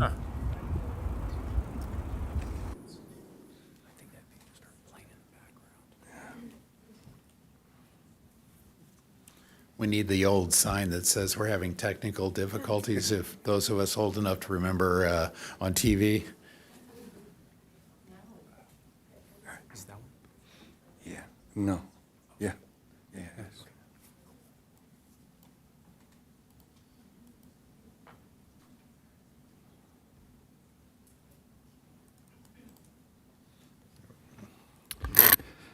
All right. Good evening again. Mayors, council members, members of the public, Abe Bandigan, City Traffic Engineer here, presenting a review of our permit parking zone D in the city. A very quick background. This, believe me, never covers. I would need 20 slides to cover the background on this, but this is the shortest version of the background I could come up with. In May 2021, we received several requests from residents on 4th Street Zone Via Molina with regards to establishing a new permit parking zone in the area. We evaluated the permit parking zone per the language of the Municipal Code, Chapter 1441. Based on the criteria that was in there, the interpretation of the staff, with consultation with our attorneys at that point, staff did not find the area meeting our municipal code. However, this was still presented to our Mobility and Traffic Safety Commission. At that point, MTSC did recommend it to the City Council. In 23, there were like 3 or 4 meetings at the City Council where City Council, after hearing from public, decided to establish the permit parking zone D with a standard process similar to the other zones with regards to the number of permits issued, the expirations, the resident and guest passes. In July, the zone was established, became operational. We started obviously issuing permits before that. Permit parking zone based on requests received from 2 other apartment complexes was amended in September 23, and Ritz Colony and Cape Apartments were added to the zone. This is an aerial of the zone: Encinitas Boulevard, El Camino, Via Molina. The streets in green are permit parking zone streets, zone D streets, and the area that you see in purple are the dwelling units that are eligible to receive permit parking. These 2 complexes are the ones that were added in September after the permit parking zone went in effect. Some information about the operations. Each dwelling unit gets 3 resident passes and 3 guest passes. We later on changed it. If they have more than 3 cars, they would get, but they have to establish ownership. They have to provide their insurance document, their titles, to be able to get more than 3 passes if they own. And they get 3 guest passes per dwelling unit. It's $5 each. our guest passes, our resident passes don't expire. Our guest passes expire for 30 days. And this is only for this zone to clarify. Our other zones, passes don't expire due to operational reasons and complexities. Permit issuance is a combination of manual and electronic. People do submit their applications online, their documents online. Staff reviews those, their lease document, their titles, their license plate documents, whatever they submit to us with regards to their residency and their ownership of the vehicles. These get manually reviewed by staff. The payments are submitted electronically, but the actual passes are either people come in person and receive those, or we mail them to them. A lot of times we have residents come to the counter and request these permits, and the documents is basically processed manually when they are at the counter. We've issued about 350 residential permits and more than 700 guest passes. During the first year, obviously, there was a lot more work involved. Staff spent about 20 hours per week on the processing of permits and the operations of this. And after the majority of the permits were issued, now we're down to more, 10 hours per week or maybe even less in some weeks. Enforcement began in July. I have some enforcement data. In February this year, because of the promise we gave to council to come back and provide a review and updates on the operation, we did a electronic survey. We mailed letters to every resident, about 400 units there. There was a QR code on that mailer that they were able to submit their information electronically. Some citation information that we received from our sheriff's office. For June and July, obviously the initiation of the program, there were a lot higher number of citations issued.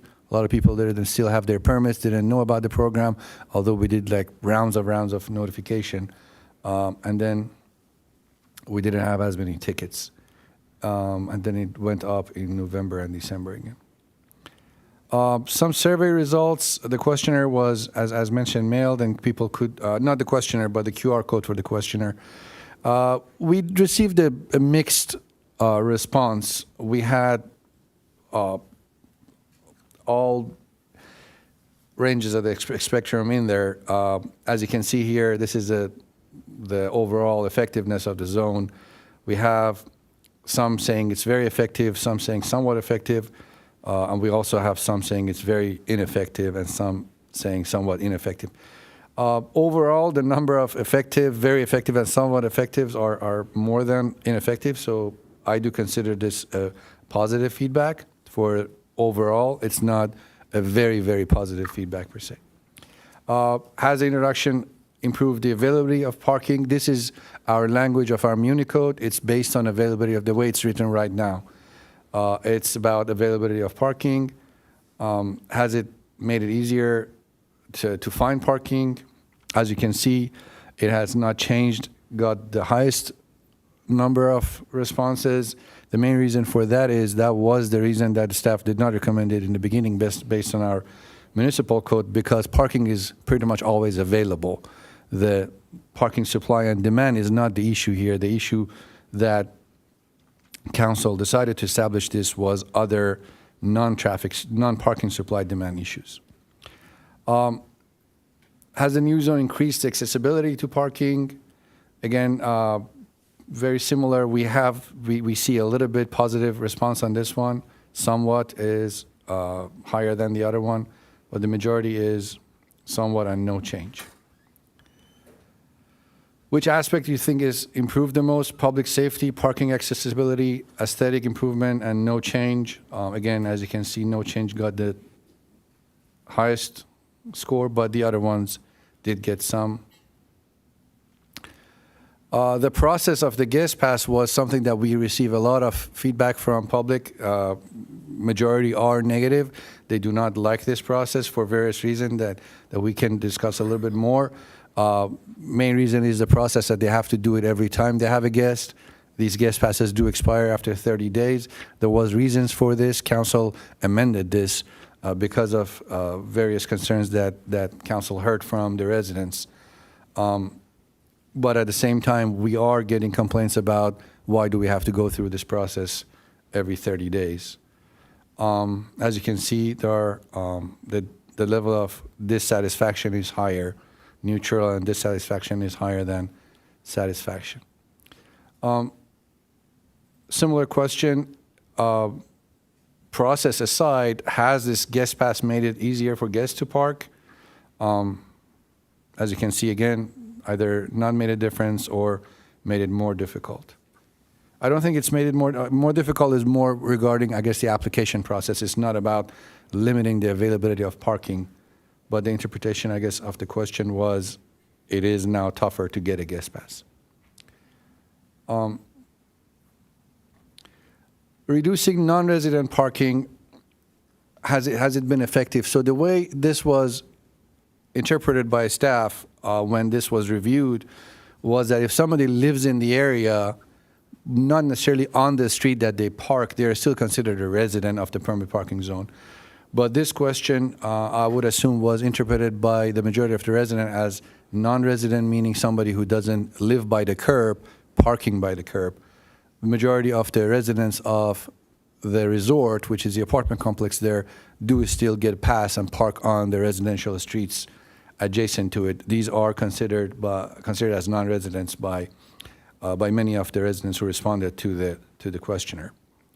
As you can see, it's still considered ineffective and very ineffective because they're still able to get a pass, obviously, and park on those streets. We did have a question following Councilmember O'Hara's direction a few meetings ago where he mentioned that we're directing residents to answer the way we like. We added a question for them to be able to just type anything they thought was a concern. And I went through those. There was about 50, 60 of those. And the ones that were repeated, I did add here. There were a lot of comments about why the guest pass is this complicated. There were concerns about residents sharing passes. Obviously, our current system where the sheriff goes out there, there's no connection between the license plates. We don't mention the license plates on the stickers. So residents can share guest passes or their owned car passes. There were comments about requesting more enforcement, better enforcement. There were concerns about the number of permits issued. Why has there been this many permits allowed? The complication of the process again, and the need for expiration of residence passes. This is a quick review. I have a lot more information. If council has more questions, I'll be happy to answer, but I'm going to stop here and open to council for. Any questions of clarification? I had one question, and I don't think the answer, it's a two-part question, but I think the answer, the first part is really what I'm looking for. It's how it equates. Do we know how many spots are located on these streets in this zone, and does that equate to the number of permits that are given out at one time? To understand correctly, the total capacity of parking on the roads versus the number of passes issued. Yeah, correct. Yeah, the capacity of parking spaces in that zone versus the number of permits. In other words, I'm trying to figure out if there's any possibility that we've got 100. I'm going to exaggerate, but we've got 100 spots and we're giving out 200 permits, and that's part of the problem or not? That is true. The number of passes issued is more than the capacity, but our surveys show that at no point we have more than 40–50% of the parking spaces occupied. So that means people do get passes, but either park in their garages, in their spots, but they wanted to have the passes. The number of passes, the resident passes issued, I believe, was 350. I really doubt that we have this many spots on those 5 streets. Okay. On the surveys, I was wondering, so you sent out like 400 something, right, surveys or? Correct. And on the numbers at the bottom, is that your sample size? Like 18 people responded to some of these or? The combination of those lines, it was about 60. Okay. So each line, the number is for each one of the responses. So 18 people responded to one, 16 to another. So the total of that, I believe, is around 50 something, close to 60. It's a bummer because clearly this is a big issue for those residents. Is there public comment on this? That's what I was gonna, well, when you're done, if, Yeah, I'll. I assume we have public comments? Yes, we have How- 4. 4, okay. Why don't we do that? Sandra Anderson, followed by Bonnie Bobzian with time donation from Natalie Satoon, who is present, Scott Campbell, and then Karen Caden.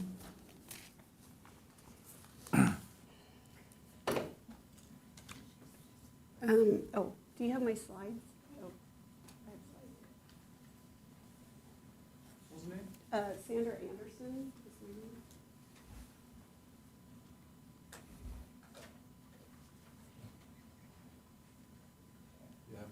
Oh, I do the clicker. Is my clicker? Okay, okay, thank you. I'm going to go quick because I got a lot to cover and I'm going to go off script. But kind of to get to Marcio's, I just wanted to show you guys, these are the passes right here. So when this one's been given out, let's say to me, but I don't use it because I have a garage. But, you know, I could get 3 of these and I could move away and never return them. So you can't go by the number that's been given out because people move and they don't get returned. There's no expiration. Okay, now for the real show. Okay, so my name is Sandra Anderson, and I live in Permit Parking Zone D. And I want to just start with some background data, but Abe did a great job with that. I just want to point out the first bullet on the slide that talks about April 2021 and the apartment complex ownership that changed. That change resulted in an influx of 80 to 90 vehicles from the resort tenants onto our 4 streets with social problems, okay? We got permit parking because of social problems, not parking availability. The issues that we faced included relentless trash, discarded beer cans and bottles, used condoms and syringes, public urination and defecation, young women being harassed, car repairs taking place on our streets, people gathering around vehicles, indecency, cars being keyed. The root cause was over-occupancy at the resort. Obviously, there are many more problems than parking capacity are associated with vehicles moving onto streets with vehicle owners don't reside. On this chart, I want to talk about the improvements quickly. The permit parking zone granted to us significantly improved the conditions on my street. I live on Via Palacio, okay? Unfortunately, the other 3 streets in my neighborhood saw some improvements, but less improvements. Personally, I used to have 25 cars on my street every night in January of 2023. Last night, I had no cars parked on my street. Also, there are approximately 15 fewer cars parked on Via Molina. It's not just the cars that are gone, it's also the trash and the noise that comes with those cars. Please note some of the comments, the positive comments from the survey.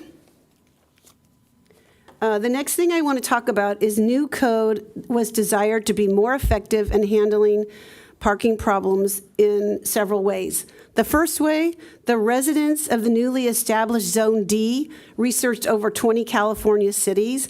We presented 6 different times to various groups all the solutions that can make this even better.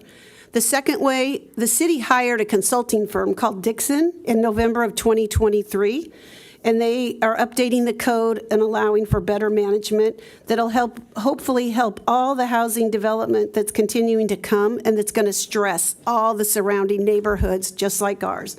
The third one is there were community meetings with public responses, and we've informed them of all the things we'd like to see in the new code that's coming your way. Thank you. Okay, thank you.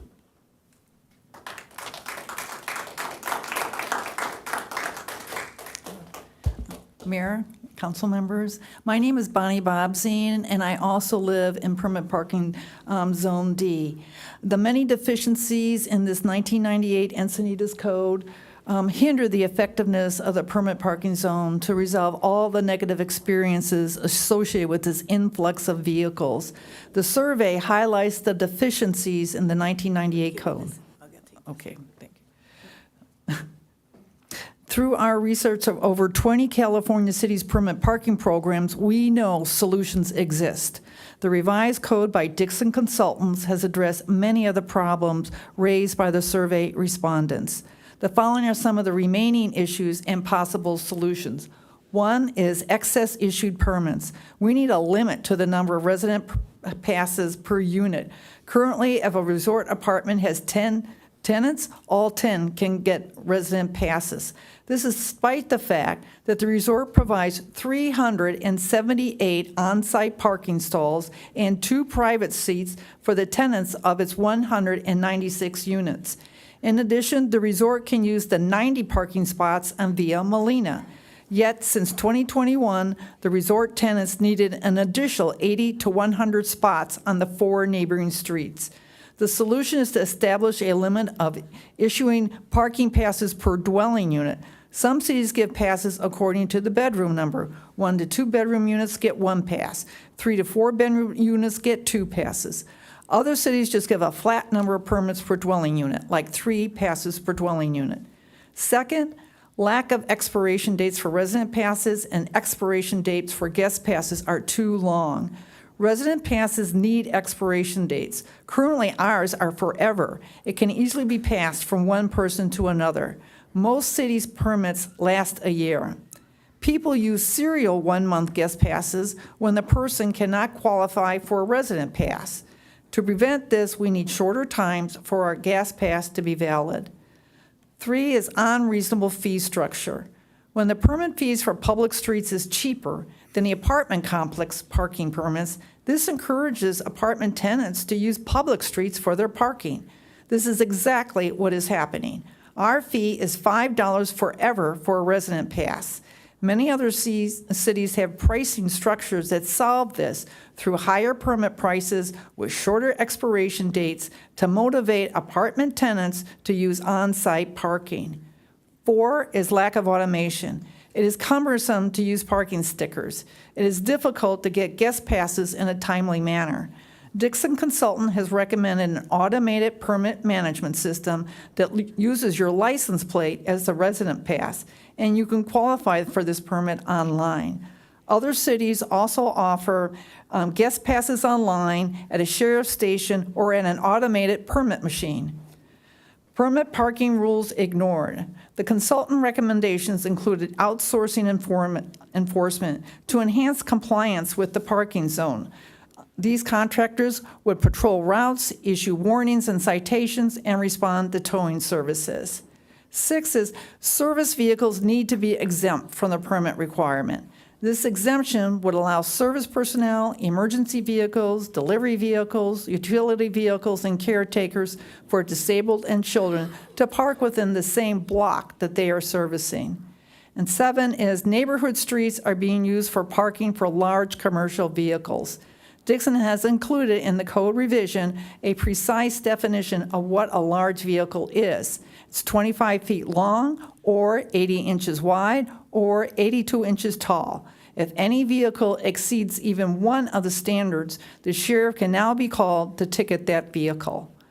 Are there alternative solutions to permit parking? Isn't there another way to solve our parking situation? We have worked with the resort management, city council, the sheriff, the community officer, and the fire marshal to resolve our problems. Over-occupancy helps guarantee rents are paid, so the complex owner is not incentivized to decrease occupancy. Ultimately, the resort management stated they do not want any further contact with us. Why can't we have one permit zone for our 4 neighborhood streets and one for the resort and leave Via Molina free of charge? We lobbied for this arrangement, but recent law barred this approach. In 2016, there was an Attorney General opinion 14-304 that prohibits discrimination against multi-unit dwelling complexes when establishing permit parking zones. In 2016, Zones B and C were established. They are adjacent to one another, with Zone B for single-family homes and Zone C for the Essex Heights apartment complex. However, this apartment complex sought that arrangement. The resort is not interested in its own zone. Dixon Resources was hired to provide solutions to the parking situation. On November 7, 2024, they presented their 3rd version for a new permit parking code. As we have mentioned, many of the problems cited have now been dealt with. We are now awaiting their latest update. Thank you.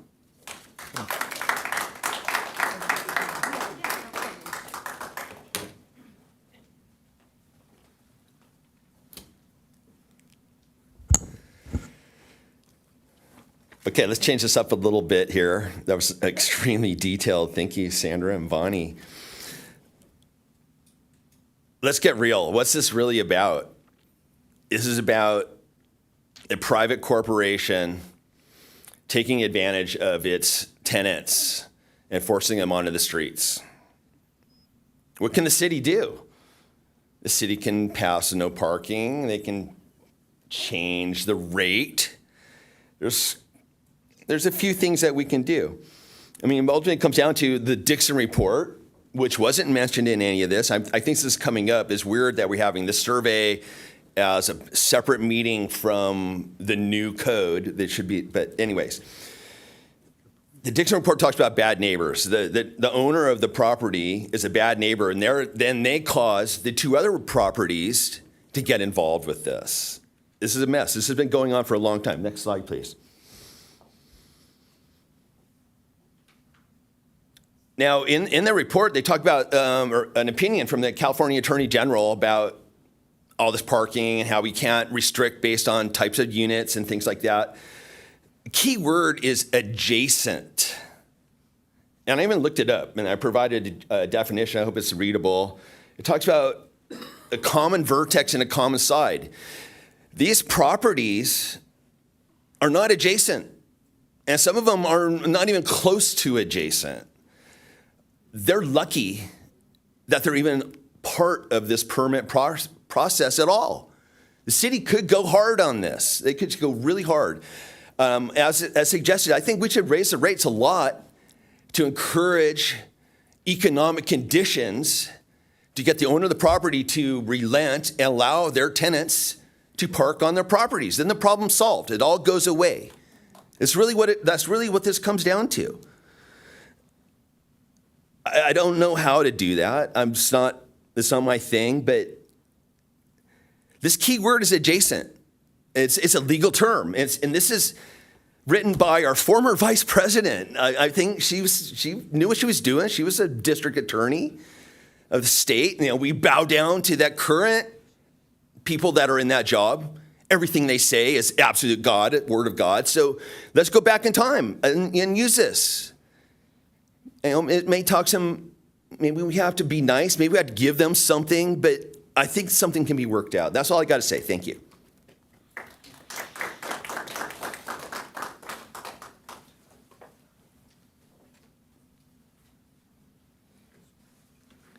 Good evening.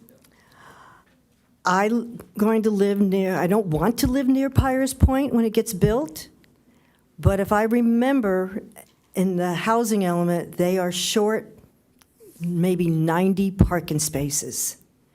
You can't park on Piraeus Street, can't park on Plato Place, and then we got Carter, North Carter, and not a single neighbor of mine parks in the street. We all park in our driveways because we are respectable towards each other, and we love our community, and we love our beach city. A concern about Fox Point. I know what's going on up there. And I'm not going to name BG keeps on looking for where else can we park our cars that's coming to Fox Point. Maybe we should go to the golf course parking lot, blah, blah, blah. We should all be concerned because a lot of us are going to be living near these housing elements, and I really don't want to see cars parked on our driveway, in front of my driveway, and block my safety. This is really all about safety, and I really want to mention I have respectfully, totally, what Sandra and Bonnie has done their data study. They spent a lot of hours, and I want to thank you ladies so much because it also brought to my attention, and I hope for a lot of people in Encinitas will be listening to you ladies and to our new council. I may want to suggest, volunteer program that will help the sheriffs out regards to the, process. I agree to limit passes. I agree a bedroom limit passes. The guest limited time should be shorter than 30 days. I mean, when I have guests, usually they stay about a week or 2 weeks. permit fee should be more than the apartment fees. Let's say, I don't know what the apartment fees is, let's say $25 a month. I have no idea. I know some of the new housing elements being built, maybe one in Vulcan, I heard maybe it's $150 to park in their parking lot. I think it's a little high, but the city got to start waking up to what's going on to our own communities. The license, I think the pass should be on the license so it'd be easier to see, and I thank you very much. That concludes speakers. Okay. I think I probably know, I've had the most experience here, so I'm going to hop in first. Boy, what this was addressing, and this was many, many meetings, as Bonnie and Sandra referred to and others referred to, the primary issue here was quality of life and was safety too. In the neighborhoods, there was, and I think I've sat through, I don't know how many slideshows of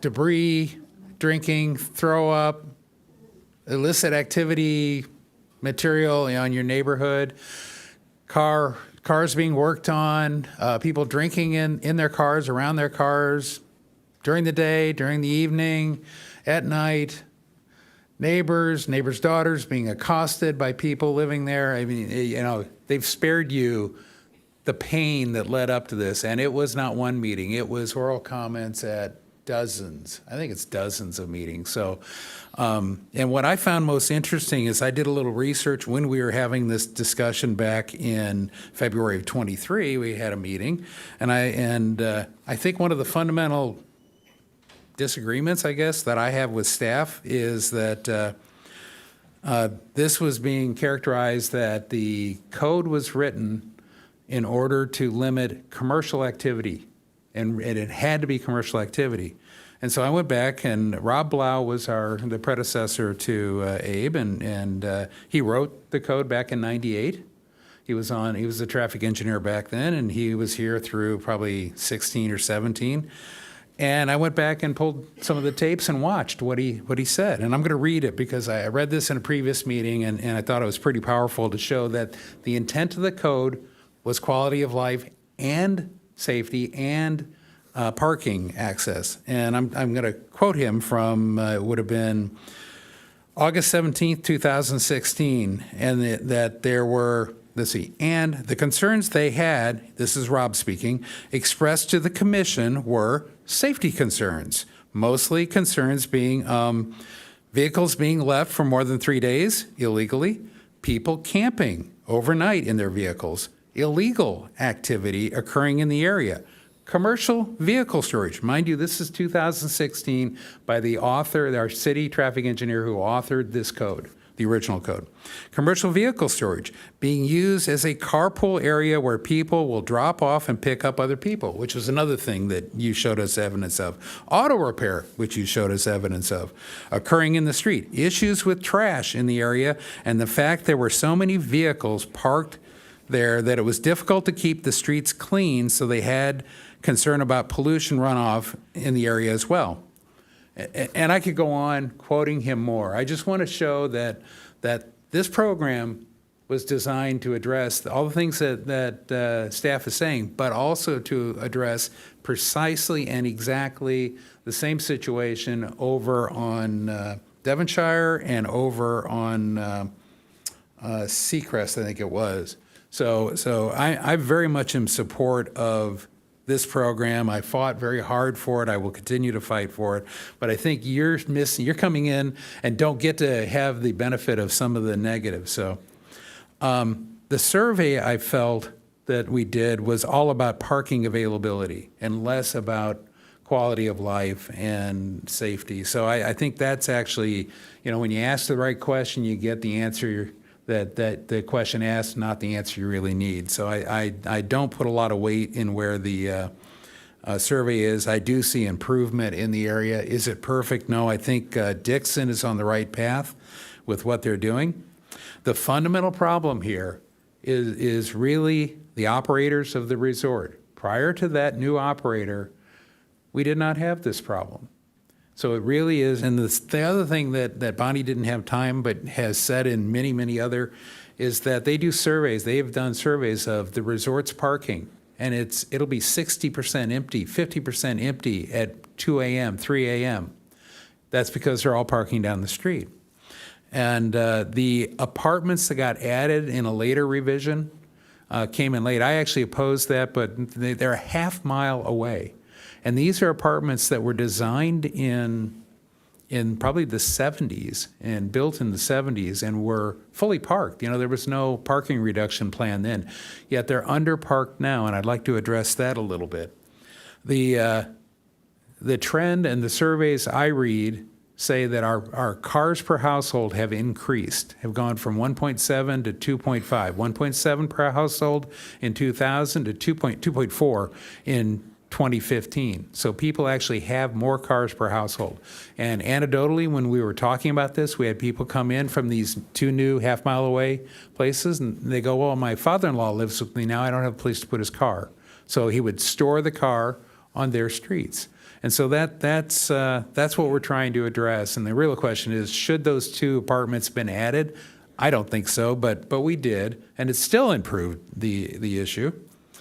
And then I did have one question for Tarquin about the Attorney General opinion, because one of the reasons we had to lump resort in with the single families is to have a compromise that would get us around the Attorney General opinion that said you can't segment.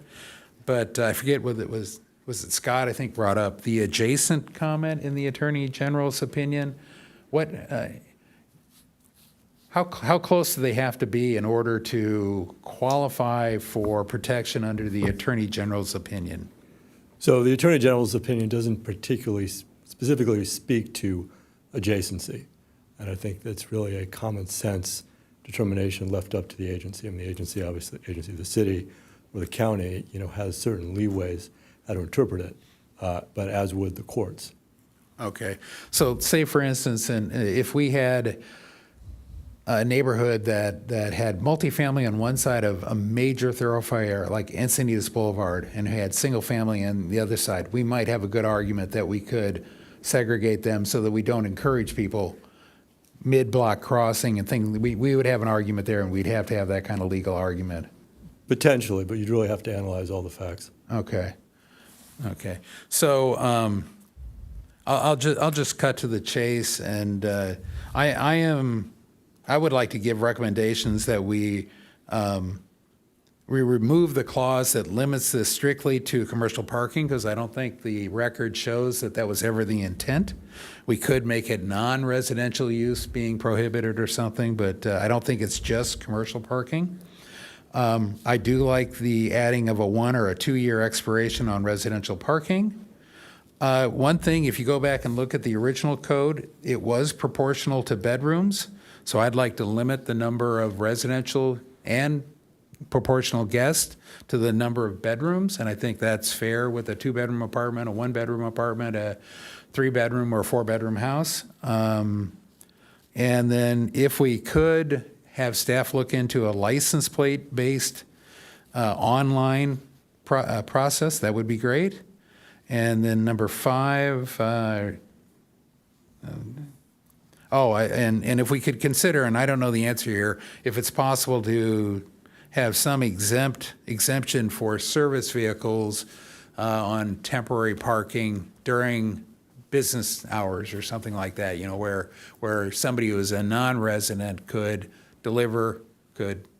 park a plumber's truck out front while they're servicing the house. But those are the changes I'd like to see in the future code. Yeah, Mr. Mayor, if I could speak, certain commercial vehicles are exempt from permit parking as a matter of law. Oh. And we could look into which ones are and which ones are not. That'd be great. So, with that, I'll yield. Can I just ask you a question? Sure. You said the per bedroom permits per bedroom. Are you talking if they have 1 bedroom, they have 1 permit, 2 bedrooms, 2 permits, 3 bedrooms, 3 permits, 4 bedrooms? Could you clarify that, please? Yeah, I'm looking in my notes. I believe, and maybe staff can. Is that still in the code, or was that just in the original code? Yeah, no, we don't have it currently in the code.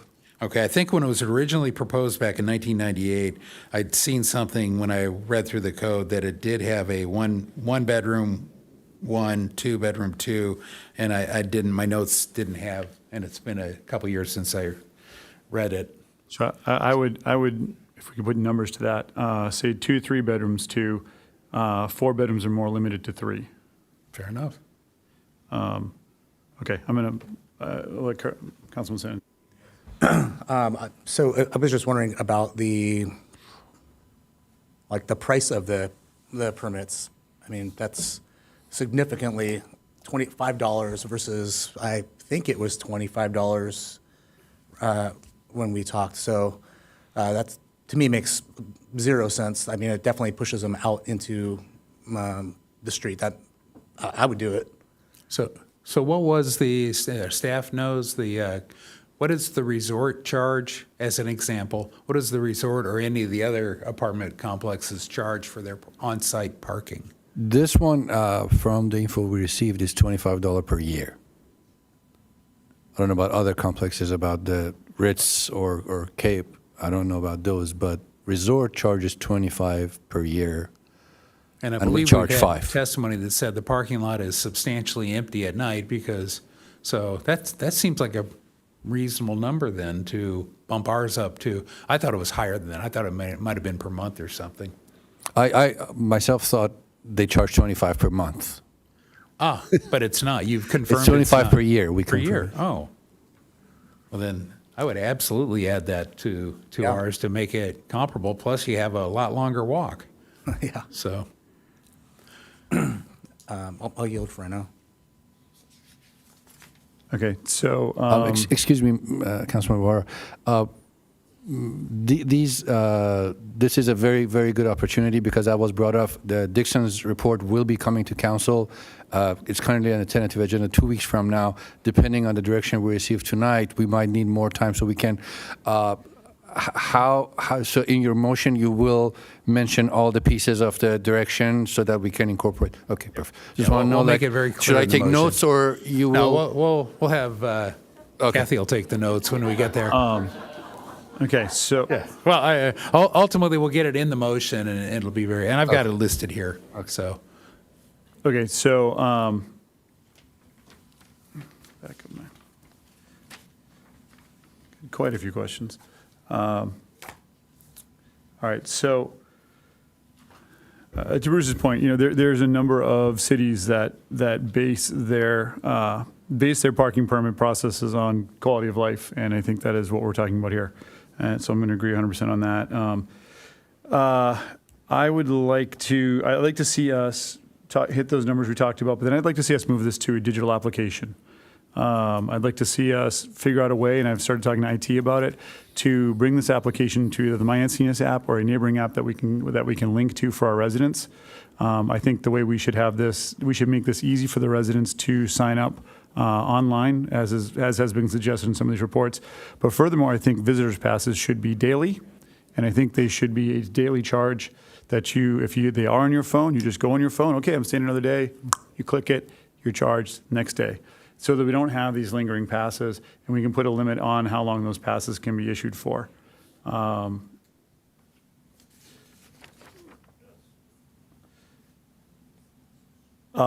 other thing I think I did not see in ours, and maybe I missed it, is some sort of a large party ordinance, or if there's a mechanism to let the police know and the permits know. So if you're having a graduation party for the one day, you can get the use of the curb in front of your house or whatever that might be. I think that is something we should look for in this, either figuring out how many we can give out a year of that, or some sort of a verbiage that encourages that, so that when somebody says, oh, I only have 2 parking passes and I can only get two guest passes, but I have my son or daughter's graduating from high school and I want to have the party, we can take care of that. Another piece I think is really important in here, and I know City of Anaheim does this. I want to say National City does this too, but I don't know. I'd like to see us put together a list of good neighbor practices. And as part of the agreement to permit parking, you agree to essentially be a good neighbor. A list of things that the quality of life that this permit is set up to encourage are made clear, what those are. I think that's just two things. One, it encourages them to know the parameters of what they're expected, what the expected behavior is, which is always great. You want to let people know how they're being measured. The other thing it does is it allows and helps our sheriff's department, should they be called out, to say, no, you were aware of this behavior being incorrect. We're going to need to act accordingly. And so I think this should be added to it, some sort of good neighbors practice we can borrow from other cities who are doing similar.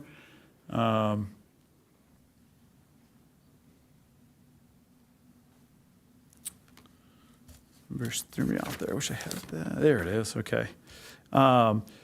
I also think we should go to license plates, and this is part of going digital. I should have said this in the digital portion of it. But if we go to license plates, we can make it digital much quicker. We can take pictures. Officers who pull up who want to check if there's a complaint from a neighbor or they see a car a number of times, they can just check the license plate. Done. They know that it's there. They do have that technology, and so if we can pull that up or include that in this, I think that's something we should look into. That'll help us avoid sharing passes. It will help us to know whether it is a resident or a guest. Those are all important bits of information for various reasons. And lastly, it might be good to look into, I think Bruce talked about this, finding some sort of a way for our services for these homes to have maybe not a guest pass, but a section on the parking pass for our residents to use to let people know what those services are going to be there. You mean so if your landscaper comes, or your plumber comes, or your pizza delivery person comes, and hopefully they're not there long enough to eat a parking space, but they're not going to get ticketed for being there. There's a mechanism for that. I was adding to the motion, investigate statutory exemptions for service and delivery vehicles. Yep. Okay. So I think you mentioned that. So we'd just have staff go look at that with Tarquin and decide, Yep. do we need to address it or is it already exempted? And the zone is currently from 8 to 8, I believe, so that's not a major pro. 10 to 8? Yours is 10 to 8, yeah. 10 p.m. to 8 a.m. No, I think we're talking right now about an exemption, a general statewide exemption that permit parking is exempted for delivery vehicles and not utility service vehicles. But we'll just take it as part of the motion. We don't have to figure it out here tonight. That's what we have professionals for. That's kind of where I stand by this. I am actually very happy to hear that the rate of the resort is $25. I do think that's a reasonable rate to raise hours to, and I think that will help ease some of the residents back to the resort. It's always a challenge when you are dealing with the challenges of different populations and their economic challenges. I don't think that raising our rates to 25 will be an overburden in this case. Mm-hmm. I guess probably I'll just speak on, I agree with Karen that I feel like this is going to be something that's going to come to all of Encinitas personally. I mean, I feel like Quail Meadows, Moonlight Apartments, all Fox Point, anything that's going to be built now, I feel like that spillover is going to happen. I just don't think there's not enough parking in some of these structures that for their people and their guests, whether there's 3 kids, a guy there's a family living there with a kid or 2 kids and they're drivers. I just feel like this is going to start to spill over into, this permit parking is going to spill over into a lot of what's going to happen in the future in Encinitas. So whatever we're doing now, I feel like is pretty important to get this municipal code correct and written in a way that can kind of maybe grow, not say grow to, but yeah, grow to what it will entail for the future. Pareas, I feel like all these things are going to happen, and I think we're going to be behind the 8 ball again if we don't at least put stuff in order for this to happen, or for it to become something that we can use or enforce in other, other areas. I know this is only the first one we've done it, but yeah. I think this is the fourth one, right? We have, this is the fourth zone D. But the first one we're having real issues with, right? No, I mean, I think that's what I issues. showed when I went back and looked at it. The same issues Yeah. that occurred in 2016 are occurring today, and Yeah. and I completely agree with your agreement. Are you done before I run done, over you? yeah. Okay. Sorry about that. I didn't mean to take the floor from you. Yeah, and I've been up here consistently as a planning commissioner, even consistently voting against the systematic reduction in parking requirements. It's happened for senior parking. It's happened many programs, and that's one thing I ran on. And I believe we still need the parking. We are not getting less cars. We're getting more cars. I do not believe we're going to see a huge number of people move out of their cars into mass transit. I've said that. I will continue to say that. I do believe we'll decarbonize through the use of cars, and that's so far been the overwhelmingly biggest success. In fact, Sandag, the senior director of planning for Sandag, said if Sandag could count electric vehicles, they would easily meet their carbon offset requirement. But state doesn't allow them to do that, so we have to do it through other means. And I think we see a lot of hand waving, like suddenly we're all going to get out of our cars and get onto to public transit. I don't believe it. If you wonder where we're headed, I think you only need to look north to Santa Monica as the example. And my daughter lives in South Santa Monica. They have parking passes. It actually works pretty well. You know, they have so many per block, per like 4x4 block. I don't even know the whole system. And I know, Bonnie, you've looked at so many different ones, but I've actually used it, seen it operated, and they're very similar. They're denser than we are, but they are apartment complexes intermixed with single-family homes, and you can find an occasional spot within a few blocks within the parking zone. And I think we are going to have to use that more and more frequently, unfortunately, as long as the state laws are saying ADUs, California Density Bonus Law projects, these R30 projects all end up being underparked. And moreover, we're seeing even the 30 and 40-year-old projects are underparked because they're parking in your neighborhood too. So with that, I'll make a motion if you guys are done, or if you had more to say. No, I was just going to read it. I mean, Clark has half as many parking spaces as it does units, and Cool Meadows is going to be underparked. So I don't think you couldn't be more correct. And Mark, you had a great point. This is not the first time we're going to see this, not the last time. And going forward, putting something to your point that is solid and can be repeated or moved to when we need it and taken out of the closet to use, I think is a great point. To thank you for pointing that out. So I'll go ahead and make a motion that to approve staff recommendation, there isn't a staff recommendation here, right? I was going to start it with direction to staff to incorporate the following into the parking permit program Muni Code update. Perfect. Before the council. Perfect. No, and I've got 8 or 9, depending the feedback I get. Remove the clause that makes findings require a finding of commercial use. So in other words, take commercial use out. And just kind of look up at me or something, and I'll know when I can No, continue. that's okay. I have removed clause regarding findings Yep. regarding commercial use. Yeah, I think it's clause number 2, but add a 1-year expiration to the residential permit. Okay. Make the maximum number of passes per unit, that allowed per unit proportional to bedroom, just as Councilmember O'Hara said. 1 for 1 bedroom, 2 or 3 bedroom, get 2, and 4 or more, get 3. Is that right? Yes. Okay.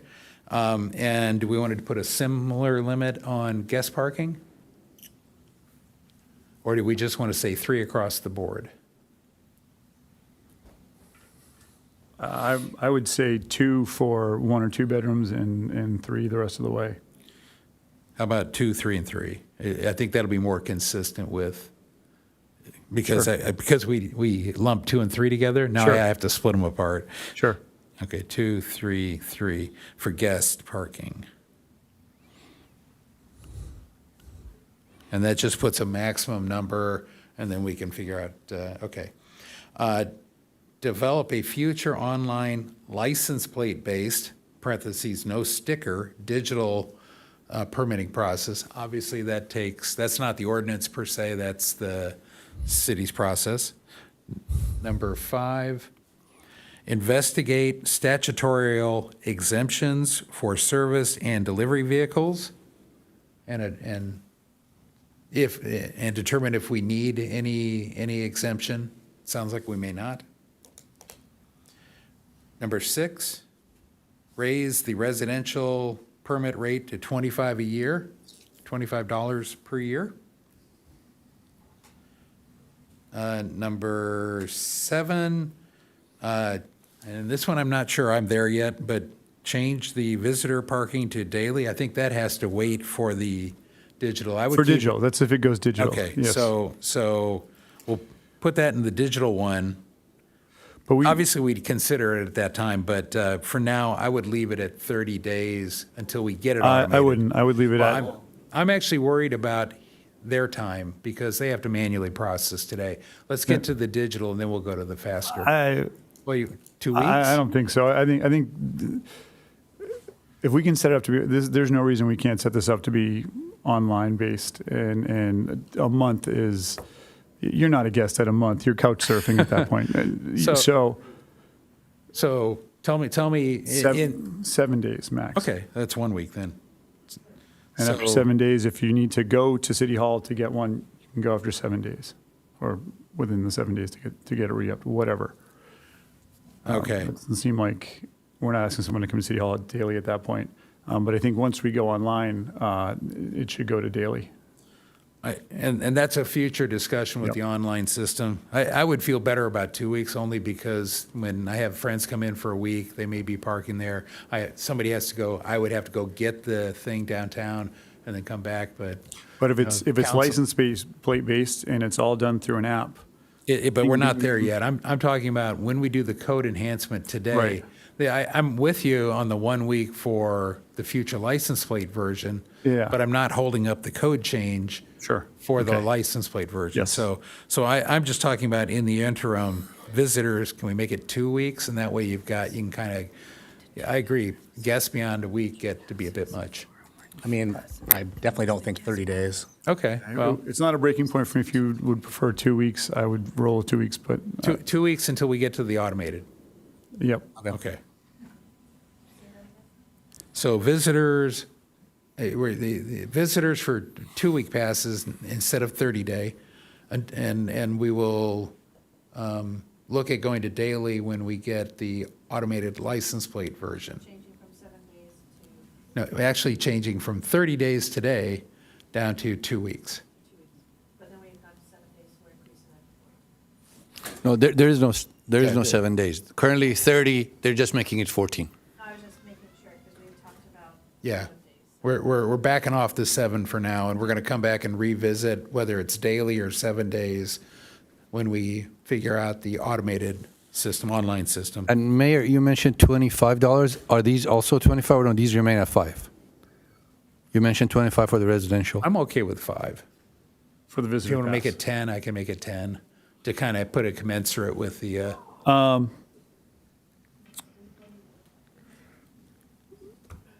mean, it's This is for the guest pass, correct? yeah, it's a nominal cost. It's mostly to offset the.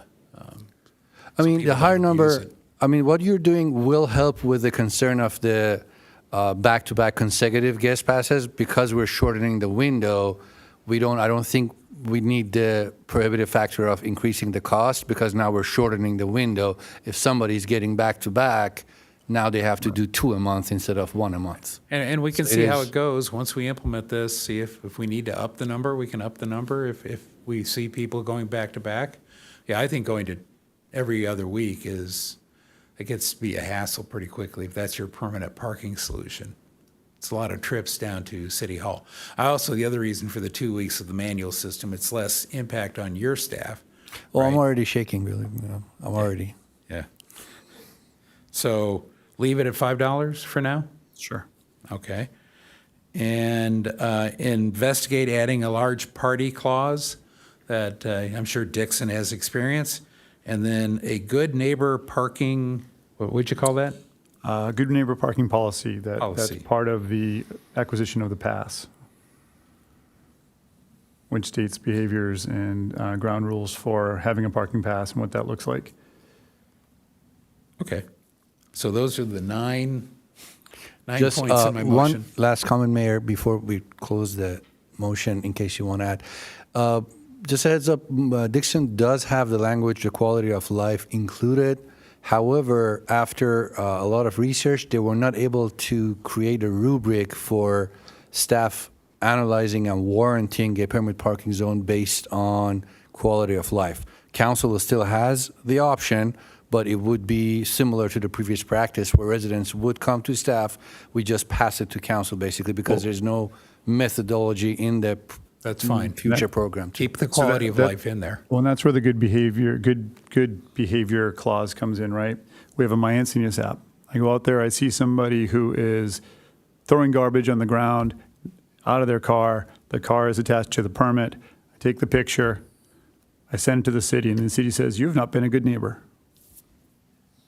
Yeah. But they would end up, the action would come ultimately Come to council. coming to the council. Yeah. Yeah, there's no And we method would of like, make- not make how many it a- tickets should be issued for the permit to be warranted. There's no way of doing something like that Yeah. for quality of life metrics. But we'll have a further discussion when you bring, in 2 weeks. But what we're giving you is the big high-level direction. I think we've given you nine Very good. good this is- things, substantially addresses, and I look forward to learning what Dixon has applied, because they're true experts. They've done this at many cities. So, we'll have a further rigorous discussion come 2 weeks from now. So I got a motion, I'll second. okay? And is there any other discussion, any further questions from staff?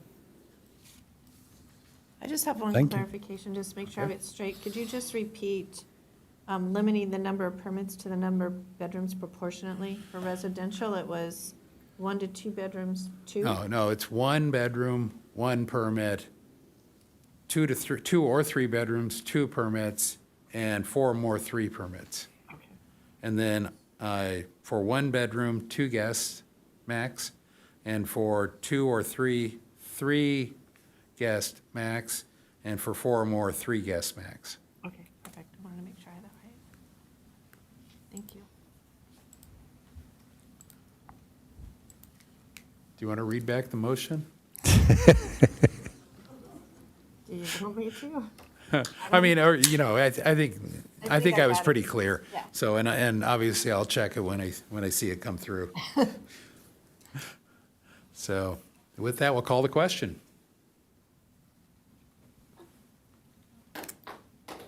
And the motion does carry with Schaefer and Lyons absent. Here we go.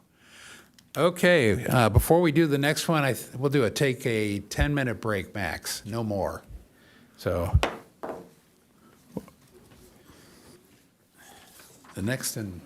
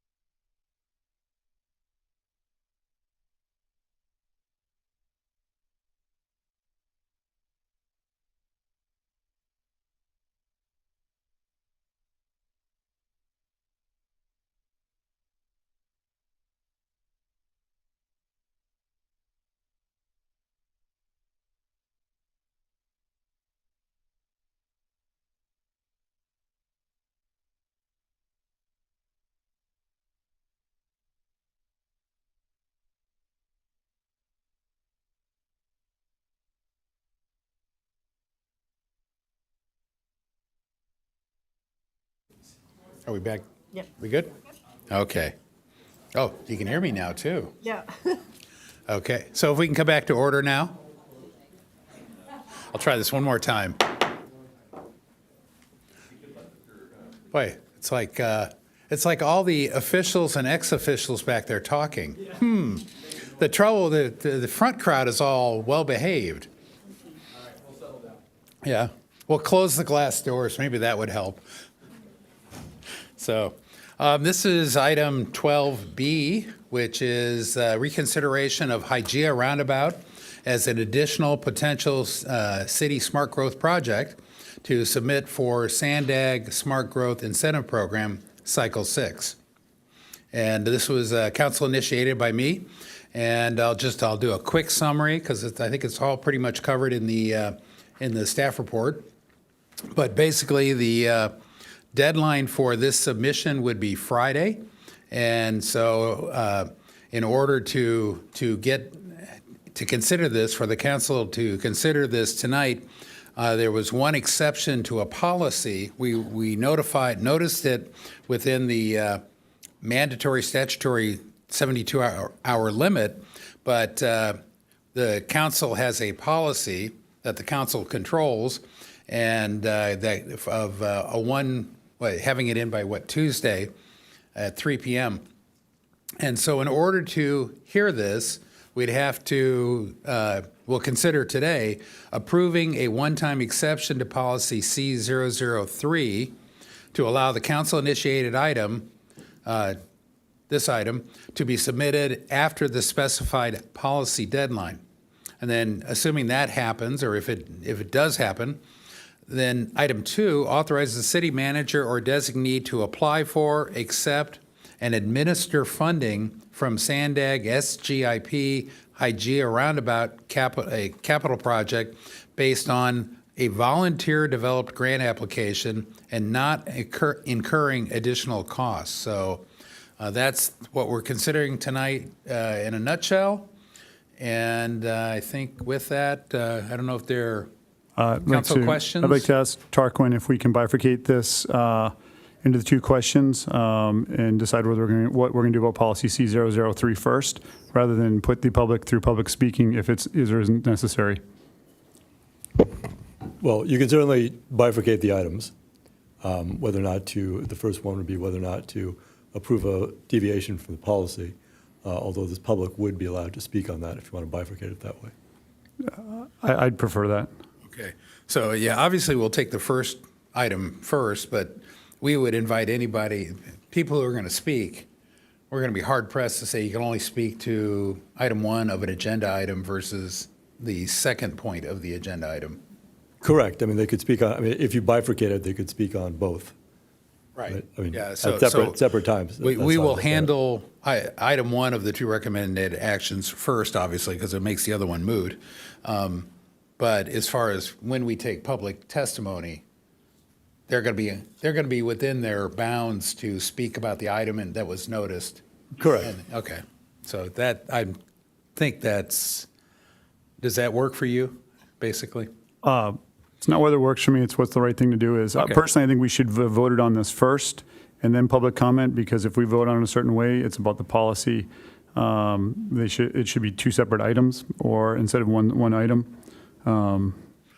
But I'm going to defer to Tarquin's recommendation. Okay, so any questions, any clarification? Okay, with that, I think we have how many public speakers? We have 13. 13, okay, let's do public So we're doing speakers. public comment first, or we're doing the motion first? Doing public comment first. Okay. Because then we'll go into deliberation about item 1, and then we'll go into if item 1 passes, or whatever you want to call it, moves us on to item 2, then we'll do item 2. And then all the speakers speak again, or they're all? No, I think speaking once? I think we do the public speakers as one in front of it, Correct. in front of deliberation, yeah. Okay, the first 3 speakers, Natalie Satoon, Dave Dean, followed by Dee Chrisman. I have 2 images if you could put them up. Natalie Satoon, Cardiff. This is an example of what we have done with Santa Fe and this is what I am going to speak about, but this has already been removed, wasted money. And then next photo, please.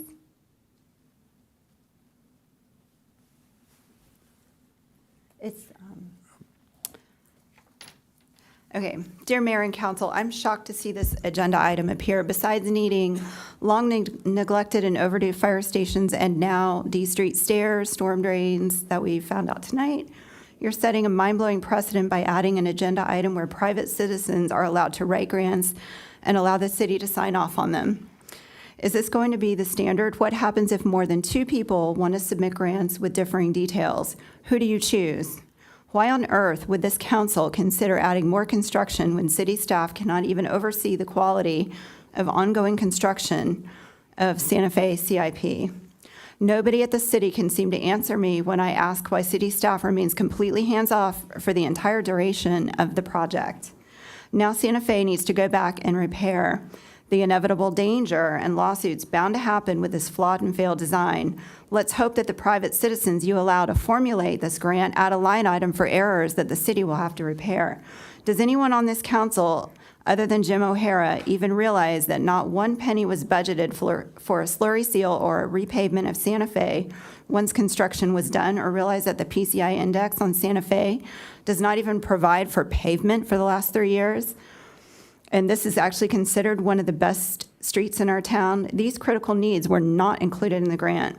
Why would anyone give Tony Kranz and a mystery planning commissioner who approved this failed Santa Fe nightmare approve any opportunity to design a budget for any grant funding when pavement was purposely omitted? Even the ADA compliant space must exit into a travel lane. Why are we putting disabled people in wheelchairs and walkers into Santa Fe?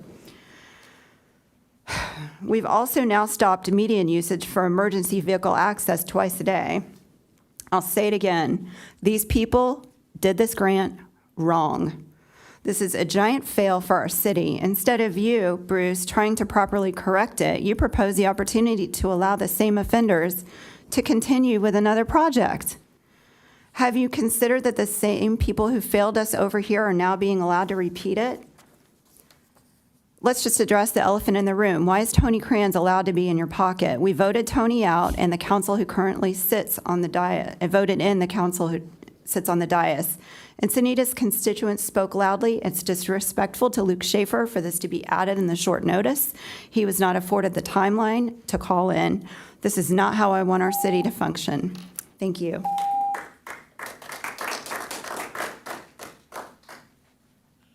Mayor, Council, Dave Dean, my point is real simple. I think Luke Schaefer should be here on this vote. It's his district. It's pertinent that all council members be able to voice their opinion on this. And with Joy Landis out, I think 3 people voting is too short of membership for too valuable of a project. Thank you. Next is Dee Chrisman. Is Dee here? Okay. Rachel Graves, with the time donation from Rhonda Graves, Steve Linky, and then Ron Medak. Hi, Rachel Graves. I oppose exception to policy C003. I did a public records request, and the city was not able to find evidence that any council has ever been asked to approve an exception to this policy, including Tony Kranz himself, who was on council for 12 years. City policy, I realize this is a city policy, not a state policy, but the Brown Act does have some guidelines as to what would constitute an exception to posting an agenda item, and those all have to do with public health and safety emergencies and items that are continued from a meeting that's within that time frame. This item was already heard on March 19th, and there is no precedence to allow this exception. You just mentioned, Bruce, that all the ex-officials and current officials are sitting back there trying to bring this item to us. I expect them to stick to policy when they're doing their job, and I expect them to stick to policy tonight. Vote no, be bold, do not be intimidated by current and former officials, and do not allow this exception to policy.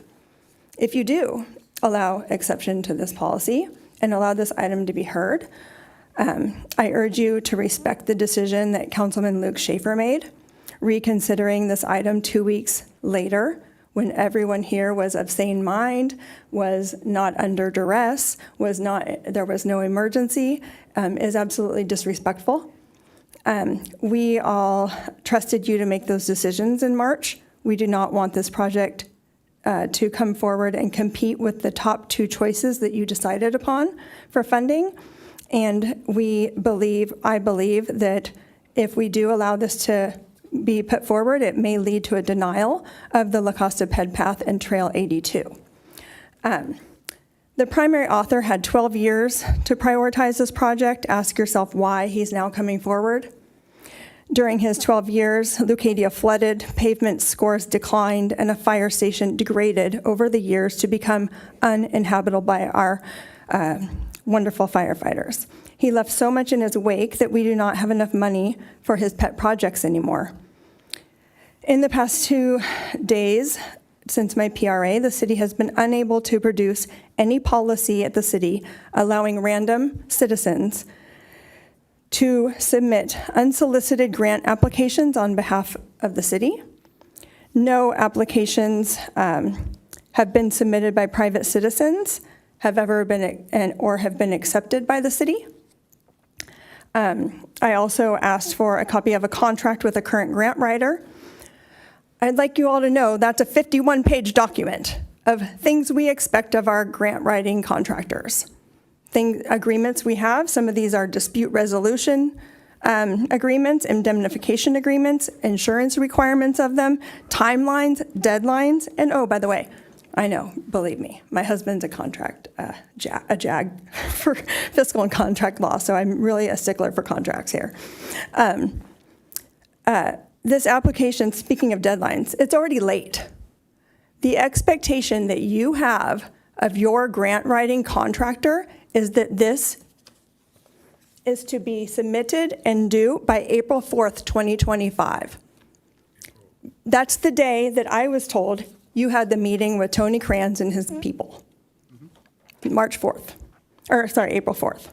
So when Tony Kranz came, and he's familiar with these deadlines, when he came to you, he knew that the other applications were already submitted and due that day.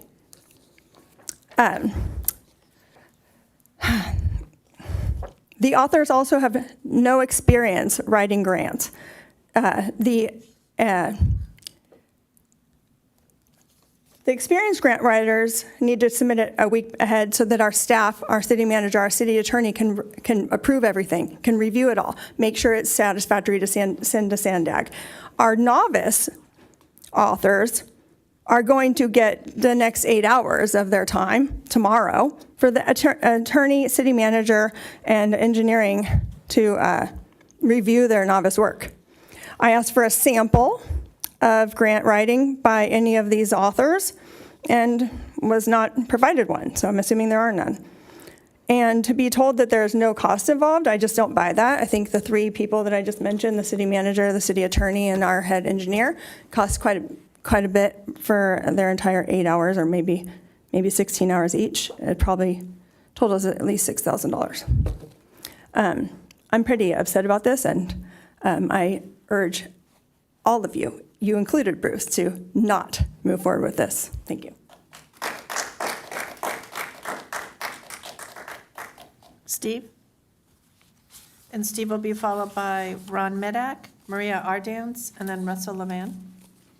I have slides.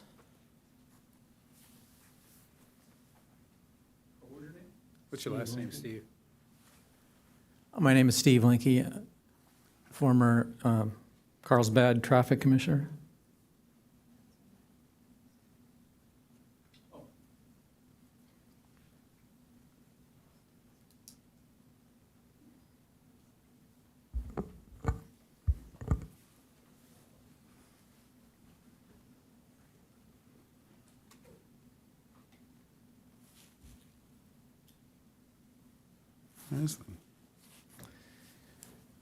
So, as I said, I'm a former Carlsbad traffic commissioner. I've supported some roundabouts and opposed others depending on the location and context. I don't have time to cover all of the pros and cons on this slide, but I would say that a roundabout at Hygeia would be great for vehicle traffic flow, but not necessarily for safety, because the generic safety data that's cited by many roundabout enthusiasts is not supported by the real-world data we have here in North County. So this is an example of some of the generic safety data. I see claims of 35% reductions in overall crashes and 67% reductions in overall injuries, with an even larger reduction in severe and fatal injuries. But how do North County roundabouts actually perform? And I'm talking about the larger roundabouts, not the small roundabouts or traffic circles.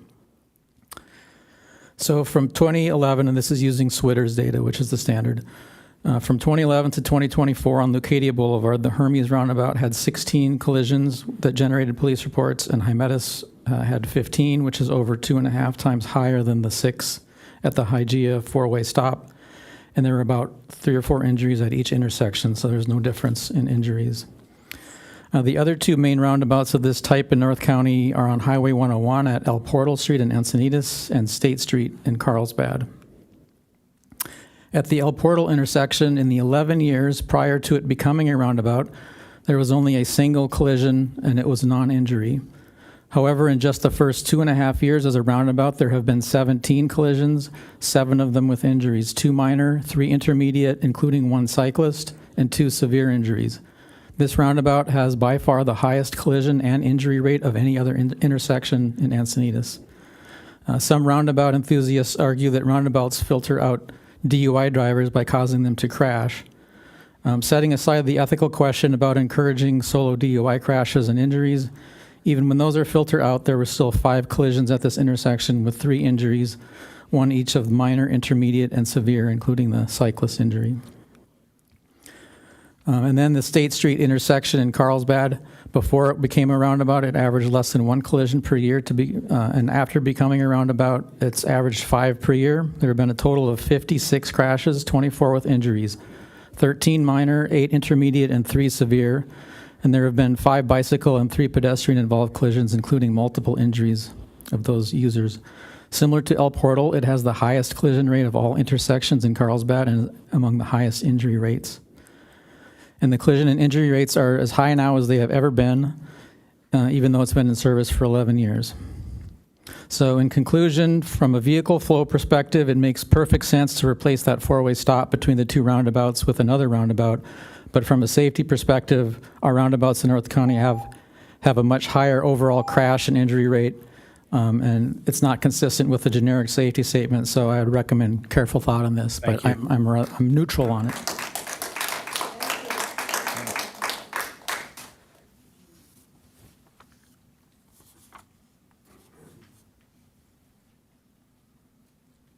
Ron Meddock, Liebenhain, Commissioner on the Mobile Mobility and Traffic Safety Commission. I want to thank Rachel and Steve for their presentations. I feel pretty inadequate with mine. They did such a great job. I think you got some really terrific data. I wanted to say that I, number one, had 4 points here. I think it would be a terrible precedent to allow a private citizen to initiate a safe grant proposal like this for all the reasons that have already been given. And there were a lot of reasons that I learned right now. The second thing is that I read all of the public comments about the roundabout at this area, and it's obviously extremely controversial. Reading those, you can see that people feel very strongly one way or another. I don't think it's even a settled issue, so I can't understand why we'd want to go ahead with the grant, because even if it were to be approved, that's going to taint the whole discussion of safety versus mobility that needs to be done here. So my suggestion would be delay. We can go about this later on. There are always going to be grants to go for if people feel it is necessary. I'm not convinced that it is. I like roundabouts in general. I think there were a lot of good points made about the ones here in North County. So my proposal would be to wait. Let us look at this in the Mobility and Traffic Safety Commission, spend time, let people come who live in that area and tell us what they feel, and then we can make an evaluation and bring it to City Council.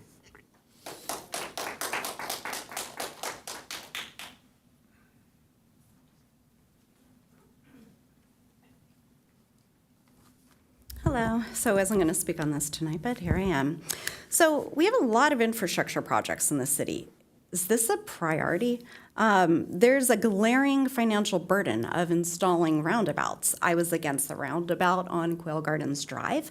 That should have been a stop sign because of the cost. It's just not worth it. Now I'm going to go off on that for a minute because guess what? So many people drive right over that stupid roundabout. I'm on that road every day. I live there. People don't go around it. I mean, some people do, but there's a lot that just go boom, boom, right over it. It's ridiculous. Buses, they get stuck on it. One time I had a friend who had texted me after she was on the road and she was like, oh my God, I stopped counting how many times the bus leaving Farm Labs had to like make turns to try to get out of there. It's too small. It's ridiculous. Signs on that roundabout, guess what? There's little arrow signs. It's not even a sign that posts, hey, this is a roundabout, so don't drive over it. Anyway, back to this one. There's an opportunity cost to doing and not doing any project. There's so many other priority projects that are vital for a larger percentage of residents in the city. Roads, our sewer system, our fire station, hiring more sheriffs so they can actually enforce some public safety. Sure, this roundabout was promised in the past. Guess what? Plans change all the time in the city. But we have to prioritize. If we examine what is priority, this is not a vital project. We should not be spending our money on this. We need to be fiscally responsible and prioritize. I'm sorry, this just is not a priority. Please don't waste our money.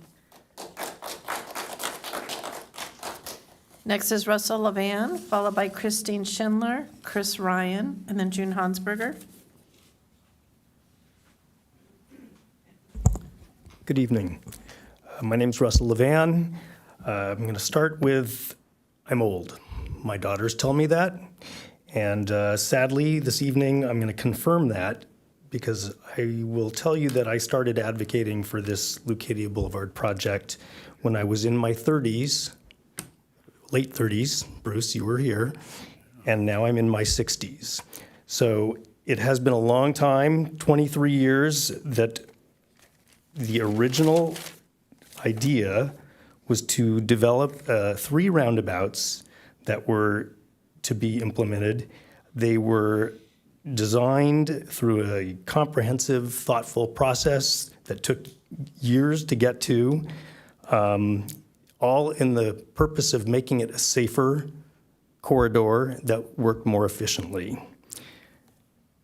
The funding apparently was more necessary to be taken over to Rubenstein in Santa Fe for that project. So the money was taken away from Leucadia. So we waited, and the money wasn't coming back. So we came to every single council meeting for about a year and a half and requested that we get our money back so we could implement our project. Took years, and because I'm old, all the details are a little murky at this point, but fast forward a few years, and we were going to move forward with this project to put the 3rd roundabout in, because we finally did get 2 of them, and this was phase 2, and the money went to a more important project at the time, because things change, as people have mentioned. But the design was as a comprehensive design. And so we left out one of the elements that makes it complete to do the street efficiently. And as a matter of fact, on my way here, I was at that intersection because I go through it and I took my kids through it, and as everyone's mentioned, and I was second to the stop. And then someone showed up after me on my right, and the first person went through because I waited for them. And then as I went through the intersection, the guy that was to my right that showed up after me, clearly after me, started to drive, and I had to avoid him and swerve around him to go through the intersection. People don't stop at stop signs anymore. They occasionally stop, or they slightly stop. They have to slow down at a roundabout. It's a safety feature. People don't get killed at roundabouts. You can look at the statistics. They're much safer in that regard. So I urge you to move forward with this project and submit the grant. I appreciate that the citizens actually filled out a grant application and saved us money. Thank you.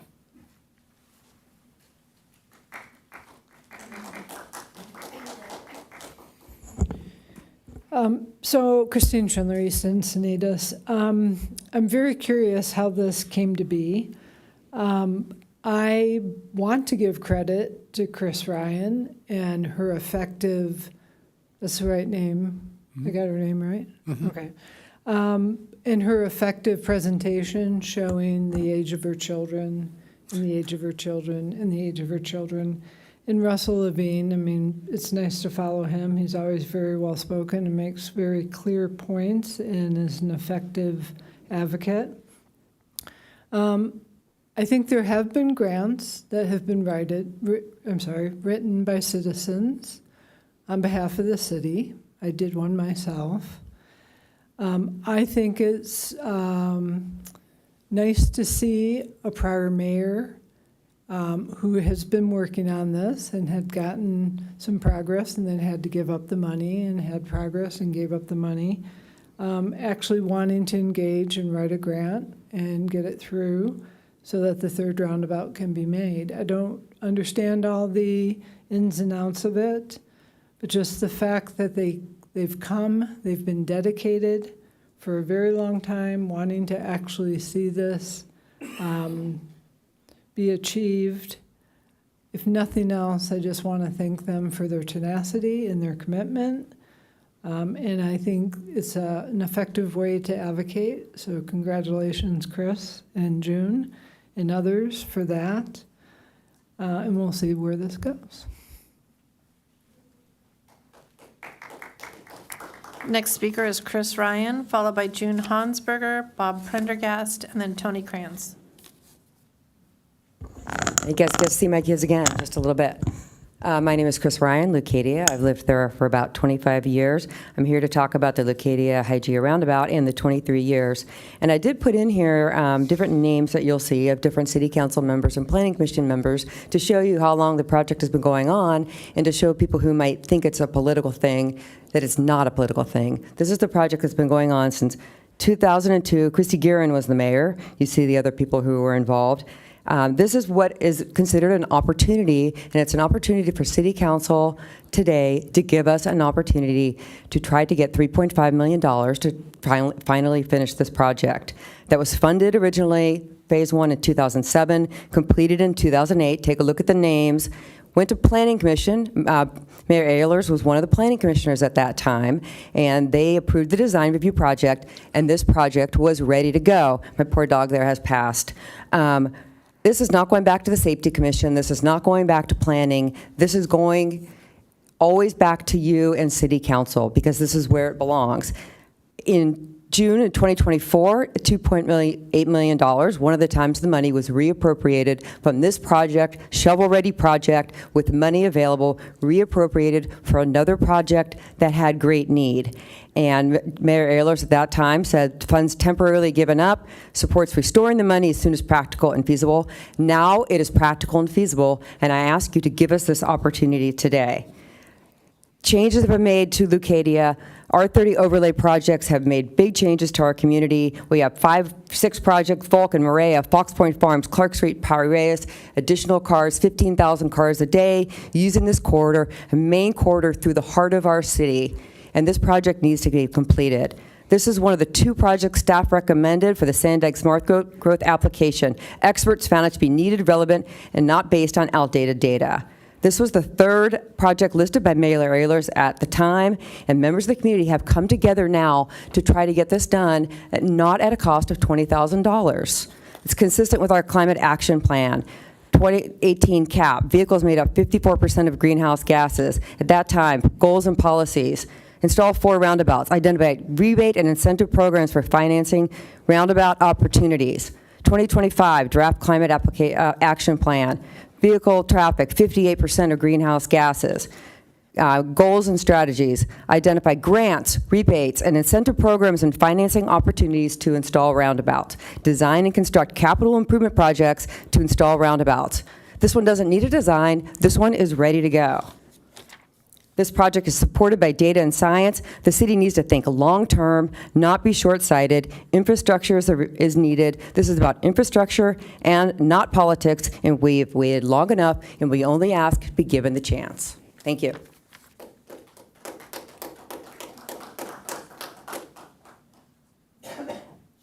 June.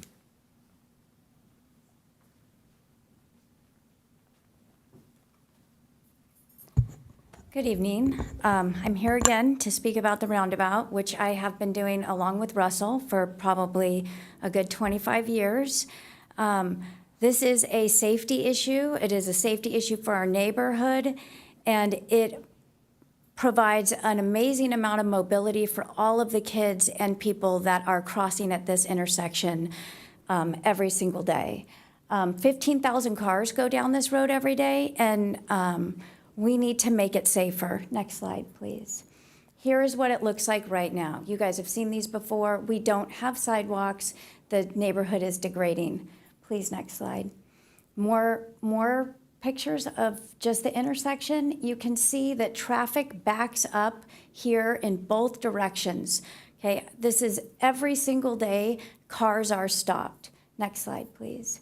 Here's more views. This is how we get around. We push our kids up and down these, degrading sidewalks. Next slide, please. Why do we need a roundabout here? Next slide, please.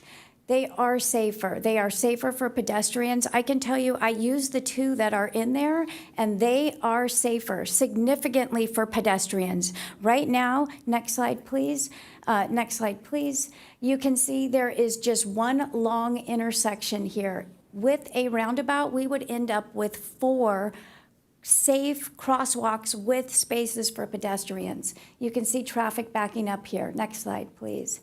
Here is showing that roundabouts will lower the speeds, and you can see from the aerial view, it provides little safety islands for us. There would be 4 places to cross for kids and everybody, not just on their way to school when we have Larry, who we love, but we need to be able to cross here safely all the time. Next slide, please. This shows you those crosswalks, and that we would also get sidewalks. I realize that's not part of this, but eventually we're really hoping to finally get some sidewalks.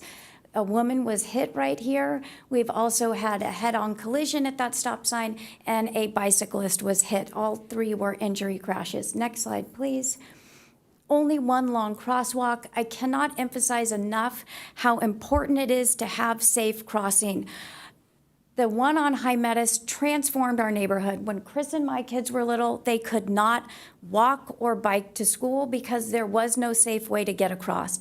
As soon as that roundabout went in, our kids could ride their bikes to school. Our entire neighborhood is filled with people riding their bikes, taking their kids to school because of these roundabouts and the access that they provide. Next slide, please.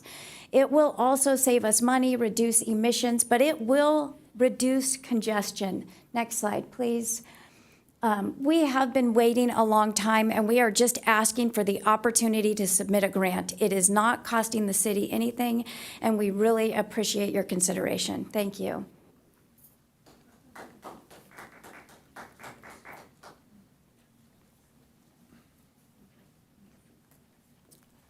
Long night. Good evening, council members, staff. Bob Prendergast, resident of Liebenhain. I just wanted to say really briefly, look, I agree with the recommended action for the exemption of policy C003 and authorize the city manager to apply and accept any SANDAG funds. I want to also give a shout out to former Mayor Krantz, current Commissioner Ryan, and June, and the other volunteers for actually going on behalf of the city and volunteering their time to save the city money. These are dedicated individuals. It's a transparency. It's a great sign of our democracy that the citizens are participating and trying to work with the city. Per the staff report, the city has matching funds for the existing grant, so the chances of winning the grant are very high. So that's very important. The project was approved in 2019 and is shovel-ready. The existing roundabouts on Leucadia have proven to be very successful from I-15 to PCH, moving traffic through, reducing our greenhouse gases, and helping us meet our climate action plans. Roundabouts are also, we talk about one in front of Quail Gardens that the city accepted as part of the Quail Gardens project. Larry Jackal at the Maria Hotel offered to put a roundabout that he was going to pay for on Leucadia Boulevard as part of his expansion. And then the safety of the residents and the visitors will improve with the construction. The additional sidewalks will be completed. And finally, again, I think I said this, moving traffic will reduce idling and help our greenhouse gases emissions that Chris had pointed out earlier. So I hope that you guys would just take the extra effort and approve the exemption. Thank you.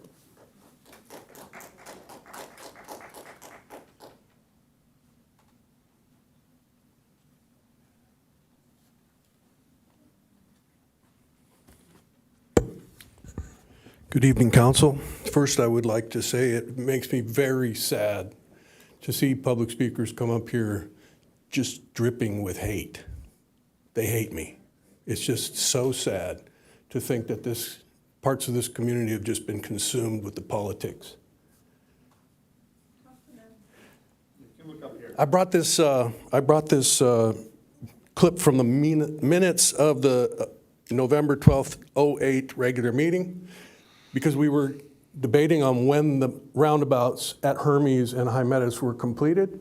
I noticed, ironically, that I had spoke on that night. I pulled it off consent specifically to ask for a couple additional improvements, and the clerk didn't quite get my request correct. I said, let's get started on building the Hygeia roundabout now that we're done with these other two. And there have been a number of more important projects in the Hygeia roundabout. And one of them was the stormwater facilities. The other was the quiet zone. So money that was sitting in a pot for Hygeia roundabout went to those more important projects. Here we have an opportunity to get $3.5 million of grant money from Sandag, which is essentially funded by our community taxpayers paying into the Sandag Transnet tax. Can you play the video now? And they mentioned, oh, well, this project would compete with the other projects that we're submitting applications for. The reality is there's no competition. They all get scored independent of one another. This is the Bow Wow bike ride. It's a bike bus going to Paul Hickey Central School. This is Hygeia. That's my granddaughter. You know, the reality is that this street is very busy. Hygeia has always had twice as much traffic as Hermes and Hymettus, in part because of the four-way stop. Even after the roundabouts were completed, people came to Hygeia, so traffic counts were always double. And the reality is that we desperately need that third roundabout. As you may have noticed, this was to accept traffic safety and pedestrian improvements phase 1. So phase 2 is critical. Now here's the intersection. Notice all the action that's happening here, including a pedestrian on the left side with a stroller, walking in the street. We've got Larry the Wizard over there. He's waving. He does a lot of waving. And, you know, here we're all passing through the intersection. It's 3 lanes wide in both directions. It would be great to get $3.5 million from Sandag to fund this project. Thank you. And thank you, Bruce, for bringing this. Thank you. And then that concludes speakers, and then Karen Caden registered opposition to the recommended action, but did not wish to speak. Okay, so we have 2 items in front of us. First one is to consider whether we should make an exception to C003. So we'll do them in order, and obviously if we make a certain decision, we won't go forward with item 2. So I don't know if there's much I can add to this that hasn't been said already.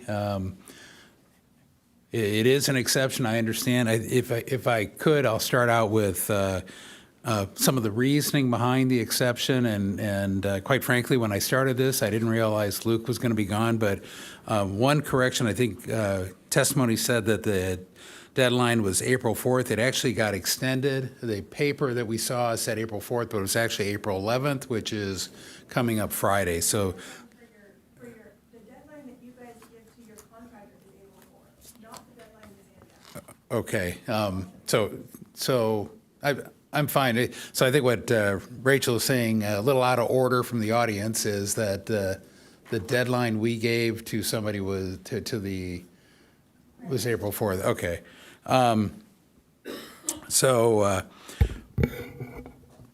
Well, first and foremost, I had made a commitment when, on the. Can we stick to the issue is whether Yeah. the policy, not the promise you made about the not Well, talking about I think the roundabout yet? has to do with what drove the No, reason for the exception. We're I know. talking about C003.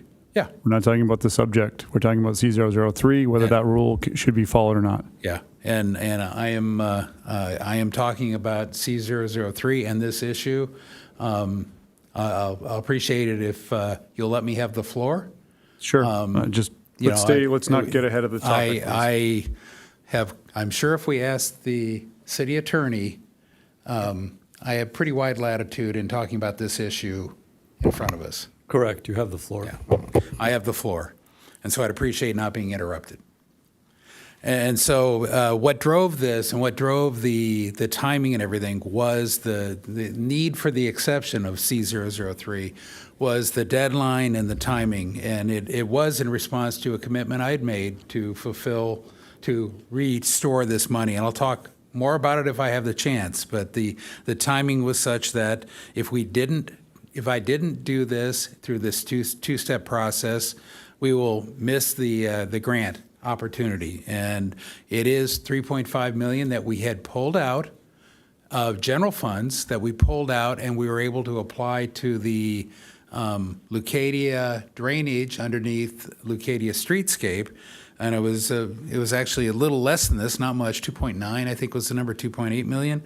And this would restore that money, although this money would be dedicated to this project and only this project in the future. So that's why I went forward with this. I met one meeting with Chris Ryan, with Diana Nunez and Tony on Friday afternoon, trying to figure out would the timing work out and could we do this? And that I'd consulted with staff for a few minutes and found out before that we would need this exception, and but that we could get the statutory 72-hour notice by Sunday at 6 p.m., which we did. So I'm asking whether or not you'll consider it. I'm pretty much understanding where you are, Jim, and I'd like to hear from Councilmember San Antonio, too, to see where you are on this. But that kind of sets it up, and I'll probably have more to say. So I'm going to start off by reading a statement from Councilmember Schaefer. Dear Mayor, fellow council members, and citizens, I respectfully express my opposition to the proposed one-time exception to policy C003. I believe there is no valid justification for this exception, and I am firmly stand by the decisions made during our deliberations on March 19th, 2025, just 3 weeks ago. The council voted to move forward with grant applications for Trail 82 and La Costa Ped Path, and this decision should not be revised, revisited, altered, or undermined in any way. Thank you, Luke Schaefer, D1 Encinitas City Council. I know he wanted to be here, but he did not get notification in time. Okay, fair enough. I mean, I'm also in agreement. I mean, I think Luke should be here if we're going to vote on this. Just speaking on this first topic, if there was no precedent for it, I don't see why we would make one now. We are supposed to govern by municipal codes and stick to these, these things we set up. And if we just, make this exception, then I don't know. I guess we're making exceptions down the road, or, yeah. I mean, I agree with Dave Dean. I think that this is too big of a decision for the three of us to make alone. I know there's three of us that we can make it, but I still believe that it's part of Luke's district, or it butts up to Luke's district, and I think it's important that he be here. And I wouldn't want to, step on his toes and exactly what he just what he just said through Jim's voice, but I don't want to do that either. So Okay, and I felt that I had made a commitment at a couple of meetings, in fact, I think, when we first did it. I made a commitment to Mayor Krantz that I would advocate, I think, and I think June quoted me correctly, or Chris Ryan quoted me correctly, that I would do everything I would work to restore the funding when practical and feasible, as I recall were the words I used. And so I'm fulfilling that commitment, trying here. I understand I'm trying to squeeze it through, but the situation demanded timing of very, very short. One thing I liked about this is that it was $3.5 million of grant money that we could win. I do agree with the statement that it's not in competition. By the way, I should reiterate, I do consider the other two projects higher priority than this. And in fact, I would, if we had a shovel-ready Vulcan ped path, I would put that higher too. So I understand there is more. But, you know, leveraging the $850,000 grant we have that is dedicated to this and only this, plus potentially $3.5 million, and it's a long shot. That's a lot of money that gets us one more project off the list, and that's why But that's I thought not it a was question right now. Yeah, excuse me, but please do not But interrupt. stay on the topic on the question, I have, please. excuse me, I have the floor, and I would appreciate it if you would not interrupt me. I will recognize you as soon as I yield. So back to what I was saying, the $3.5 million, you know, that kind of money doesn't grow on trees, and we have an opportunity to potentially go for it. I also thought that this was an opportunity, we've already talked about coming up with new ways to get grants and even having a potentially paid staff person additional or changed to have somebody dedicated to this duty. I believe other cities do use private individuals, and I think we may look at more ways or other ways, and this could be one of those other ways that we could consider to increase our grant writing capability. But I can see, I can count to two, and I understand. So if you'll make a motion, or I'll recognize Jim for I'm going to go next. through mine. This is not about grant writing proposals. This is not about processes. I agree with you. We should put those in place, but they're not in place right now. Mm-hmm. They're not in place. There's nothing out there to measure the proficiency, whether these people are insured, whether they have the credentials. I certainly have more faith in staff than uncredentialed people. I believe our staff is very, very good at what they do. This is really about policy C003, though, Mm-hmm.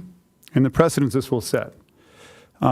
This is a document that was turned in so late, it doesn't even have the letterhead it's supposed to have on it. It's got the wrong letterhead on it because it's late. The April 4th deadline referred to is so that staff can review it. We can make sure all the I's are dotted, all the T's are crossed. We're going to have one day to do this if we do this. That seems out of procedure. Since March 19th, nothing has changed on this. The funding is exactly the same as it was then. We voted no. This is not an emergency to move this forward. And the two people on here who have over 40 years of experience had 3 weeks to get this done and put in on time. And you didn't. Of all the people up here, you should know that these have to be in on time. It's the standard you hold the rest of us to up here that we stick to. Creating precedents in this case is not appropriate. I'm not here for political theater, which is what this partially is. And so I'm making a motion to deny this measure, to deny 12B. Okay. And I just want to make sure that one thing did change. I think we keep saying that nothing changed, but actually what did change is the potential to save $20,000 to $25,000. And that did, let me finish, that did weigh heavily in my decision before to cut it off at 2 and not go to the third, as I think was pointed out. This would have been my third on that list we had. And it had to do with spending, whether I spent $50,000 or $75,000, and I think we even talked about it that night. So something did change, and that's what changed in my mind, so I'll yield. It's not a free. It's not, as your statement says, it's not free. We're not getting all the money, or it's not going to be staff free. Staff's going to have to look at it. Staff's going to have to review it. So it does cost us money. I'm just going to stick with, I'm not going to go into the project. I'm going to stick with the policy, which is what this is about. We can't, this is not a precedent we should set. I'll just quickly go through my notes real quick, just from public comment. I mean, Ron said that the money will come. I mean, if this project really becomes it becomes a public safety thing, or we really need it, the money will come back. We'll get this money sometime. Maybe not while I'm here, not when any of us are here, but this project can be done down the road. I truly believe that, if it really is. But we have other priorities that need to be done. And Maria's right. We need to prioritize these projects. I'm just going through my notes, so I'm sorry if I'm just kind of looking through this real quick. And Bruce, you've mentioned it several times that, and I believe some people in public comment said that you were, that you would bring it back in front of, when that money came back available, and you did. You did bring it back. And that, we can't say that they can't say that you didn't try. They can't say that you didn't, you went back on your word, because you did. And unfortunately, you're part of that. They asked you, but there's other people up here that are also the decision makers as well. So unfortunately, we can't all agree. So yeah, I'll leave it at that, and then I'll second the motion. Okay. So, and I wanted to make sure, one last comment, that I agree that this is not the only opportunity for funding. It was just an opportunity that was here now, and I'm not one that likes bypassing policy or process. No. So, but in this case, I thought a lot of changes recently. This is one of those fast trigger things. It's worth the discussion. I thought it was worth the discussion and having it. I didn't when I started it, I didn't know Luke was not going to be here. I didn't realize it. So. And I'm totally good with public discussion, because it should be done in the open. I don't want to.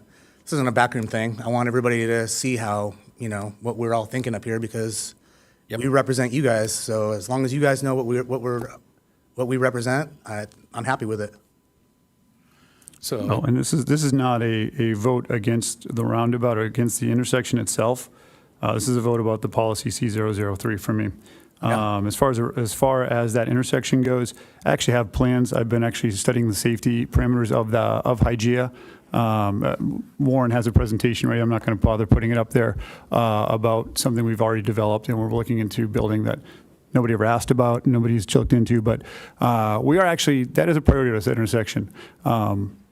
But the way to do it isn't with the political theater, with the usual suspects coming in and saying they're going to write a grant, and this one of them already left. The way to do it is on time, hit the deadline with the right people writing it. But going forward, again, this is back to the policy C003. Yeah. And I go back, and I think Chris hit it on the nose. I think I was on Planning Commission when we approved the entire project 23 years ago. And I remember it coming through, and it kept getting bumped. I agree. So, I can, as I say, I can count. I had one more comment about and either decision tonight, the second decision tonight, I want to point out, does not approve the project. It would still have to come back here for approval as a project. And quite frankly, I think it was Steve Linke, your information, I would love, if you can email that to staff and to the city, to us, I would appreciate that. Because I think that all the roundabouts we consider, we need to look at good objective data, and love to hear more about that in the future, not just about this potential roundabout, but other future ones too. So with that, if I'll call the question if I don't see any other hands going up. So the motion is to deny. Yeah, the motion is to, say no to recommendation 1. Did I say that? So a yes on this is a no, not to move forward, is a agreement not to move forward. Correct. I've seen nods, yes, okay. So the motion does carry with Schaefer and Lyons absent and Ehlers voting no. Okay. So with that, 2 becomes moot, and I think that's it. So we will move on to the next items. We do not have any, let's see, well, I guess we skipped informational, but we didn't have any. That was 11. 12 we just did. 13, council member reports pursuant to AB 123. I have nothing to report.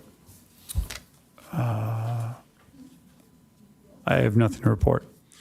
Let's see, I've got several. So back on, because it's been 2 weeks since we met, we had a Sandag board meeting on March 28th where we approved the $1.3 billion budget to move the next step forward. Kind of like what we're going through, just the begin. There will be another review in May and the ultimate adoption in June, just like we're doing. And I think currently it includes things like the youth, what's YOP, youth something pass? It's the free trans bus passes and whatnot. So just FYI, I've gotten a lot of email about that.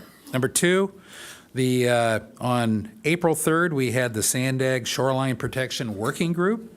And so just so you understand, Shoreline Protection Working Group makes recommendations to a policy advisory commission in the subcommittee, and that subcommittee is called the Regional Planning Group, and then the Regional Planning Group votes on things, and I'm a non-voting member on that one too, and that gets recommended up to the Sandag board.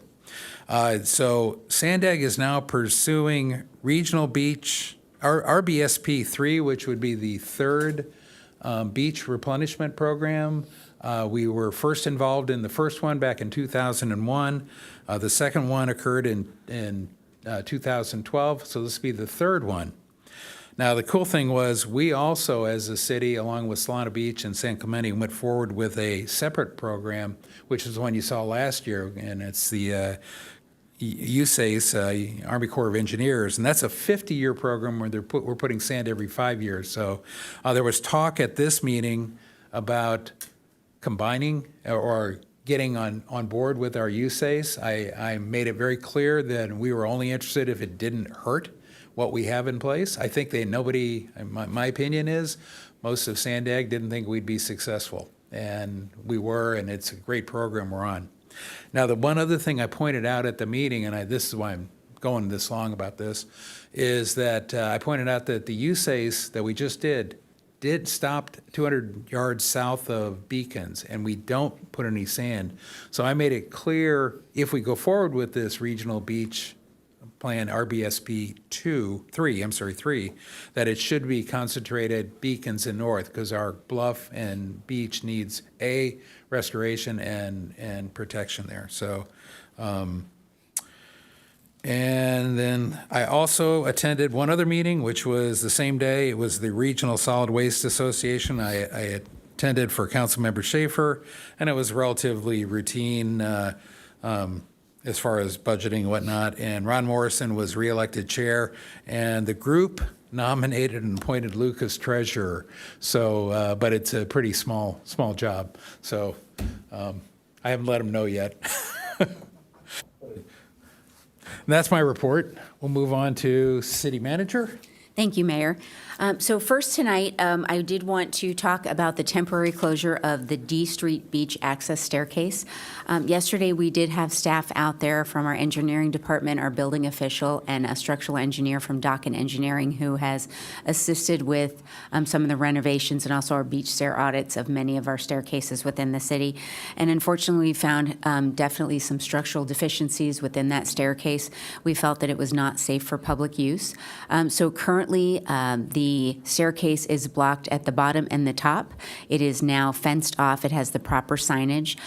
There will be an emergency declaration coming to City Council on the 23rd. It was signed by myself and Tarquin. We do understand that this beach access is super important to our residents and eventually when summer comes and our visitors. So we will look to engage our structural engineer, our geotechnical engineer, Jim Knowlton, as well as our engineering staff and building official to come up with a plan and a proposal for these repairs. We do want to expedite those, hence the emergency declaration. So we'll be bringing that back. The good news is you can still access D Street Beach from Moonlight. It's just a couple hundred yards.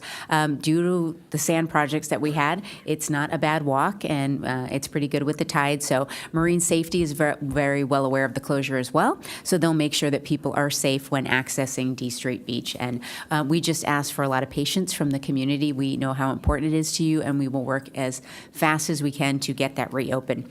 But please pay attention to the signs and the fencing. We want everyone to be safe out there. Next, I have an update on the Santa Fe project. We are basically finally done with that. We went ahead and finished the walkthrough, the landscaping with Tri-Group. Palm Engineering has installed the RRFB. It is in working condition. So this week, everyone will be picking up the cones and the fencing to get that open and operational. So we will begin, as we call it, our observation period. We do have a community meeting scheduled for May 13th, and that will be open to the public. We will take feedback. We will have a survey open for almost about 2 months, though, so people can still send us comments, any pictures. We also will put a camera out there to look at some data and how it works. So as we promised council and the public, we want to see how this works. I will definitely do another walkthrough. I do appreciate Councilmember O'Hara and our team, as well as Natalie for going out there and walking it with us. So we will stay on top of that, and we will come back to council with what we find, the survey results, and all the data. And we look forward to getting feedback from council on what we want to do with Santa Fe West. And that concludes my reports for this evening. Thank you. Excellent. City Attorney? No report this evening, Mr. Mayor. And City Clerk? Yes, just we do still have one unscheduled vacancy on the Urban Forest Advisory Committee. We had the application deadline back in March, and we received no applications. We extended the deadline to the 3rd of April, and we had one application. However, I've been unable to get in contact with that applicant. And so I've reopened it, and will hopefully, if you know anyone, make sure that applications are available online and urge them to apply. Okay, and with that, we are adjourned.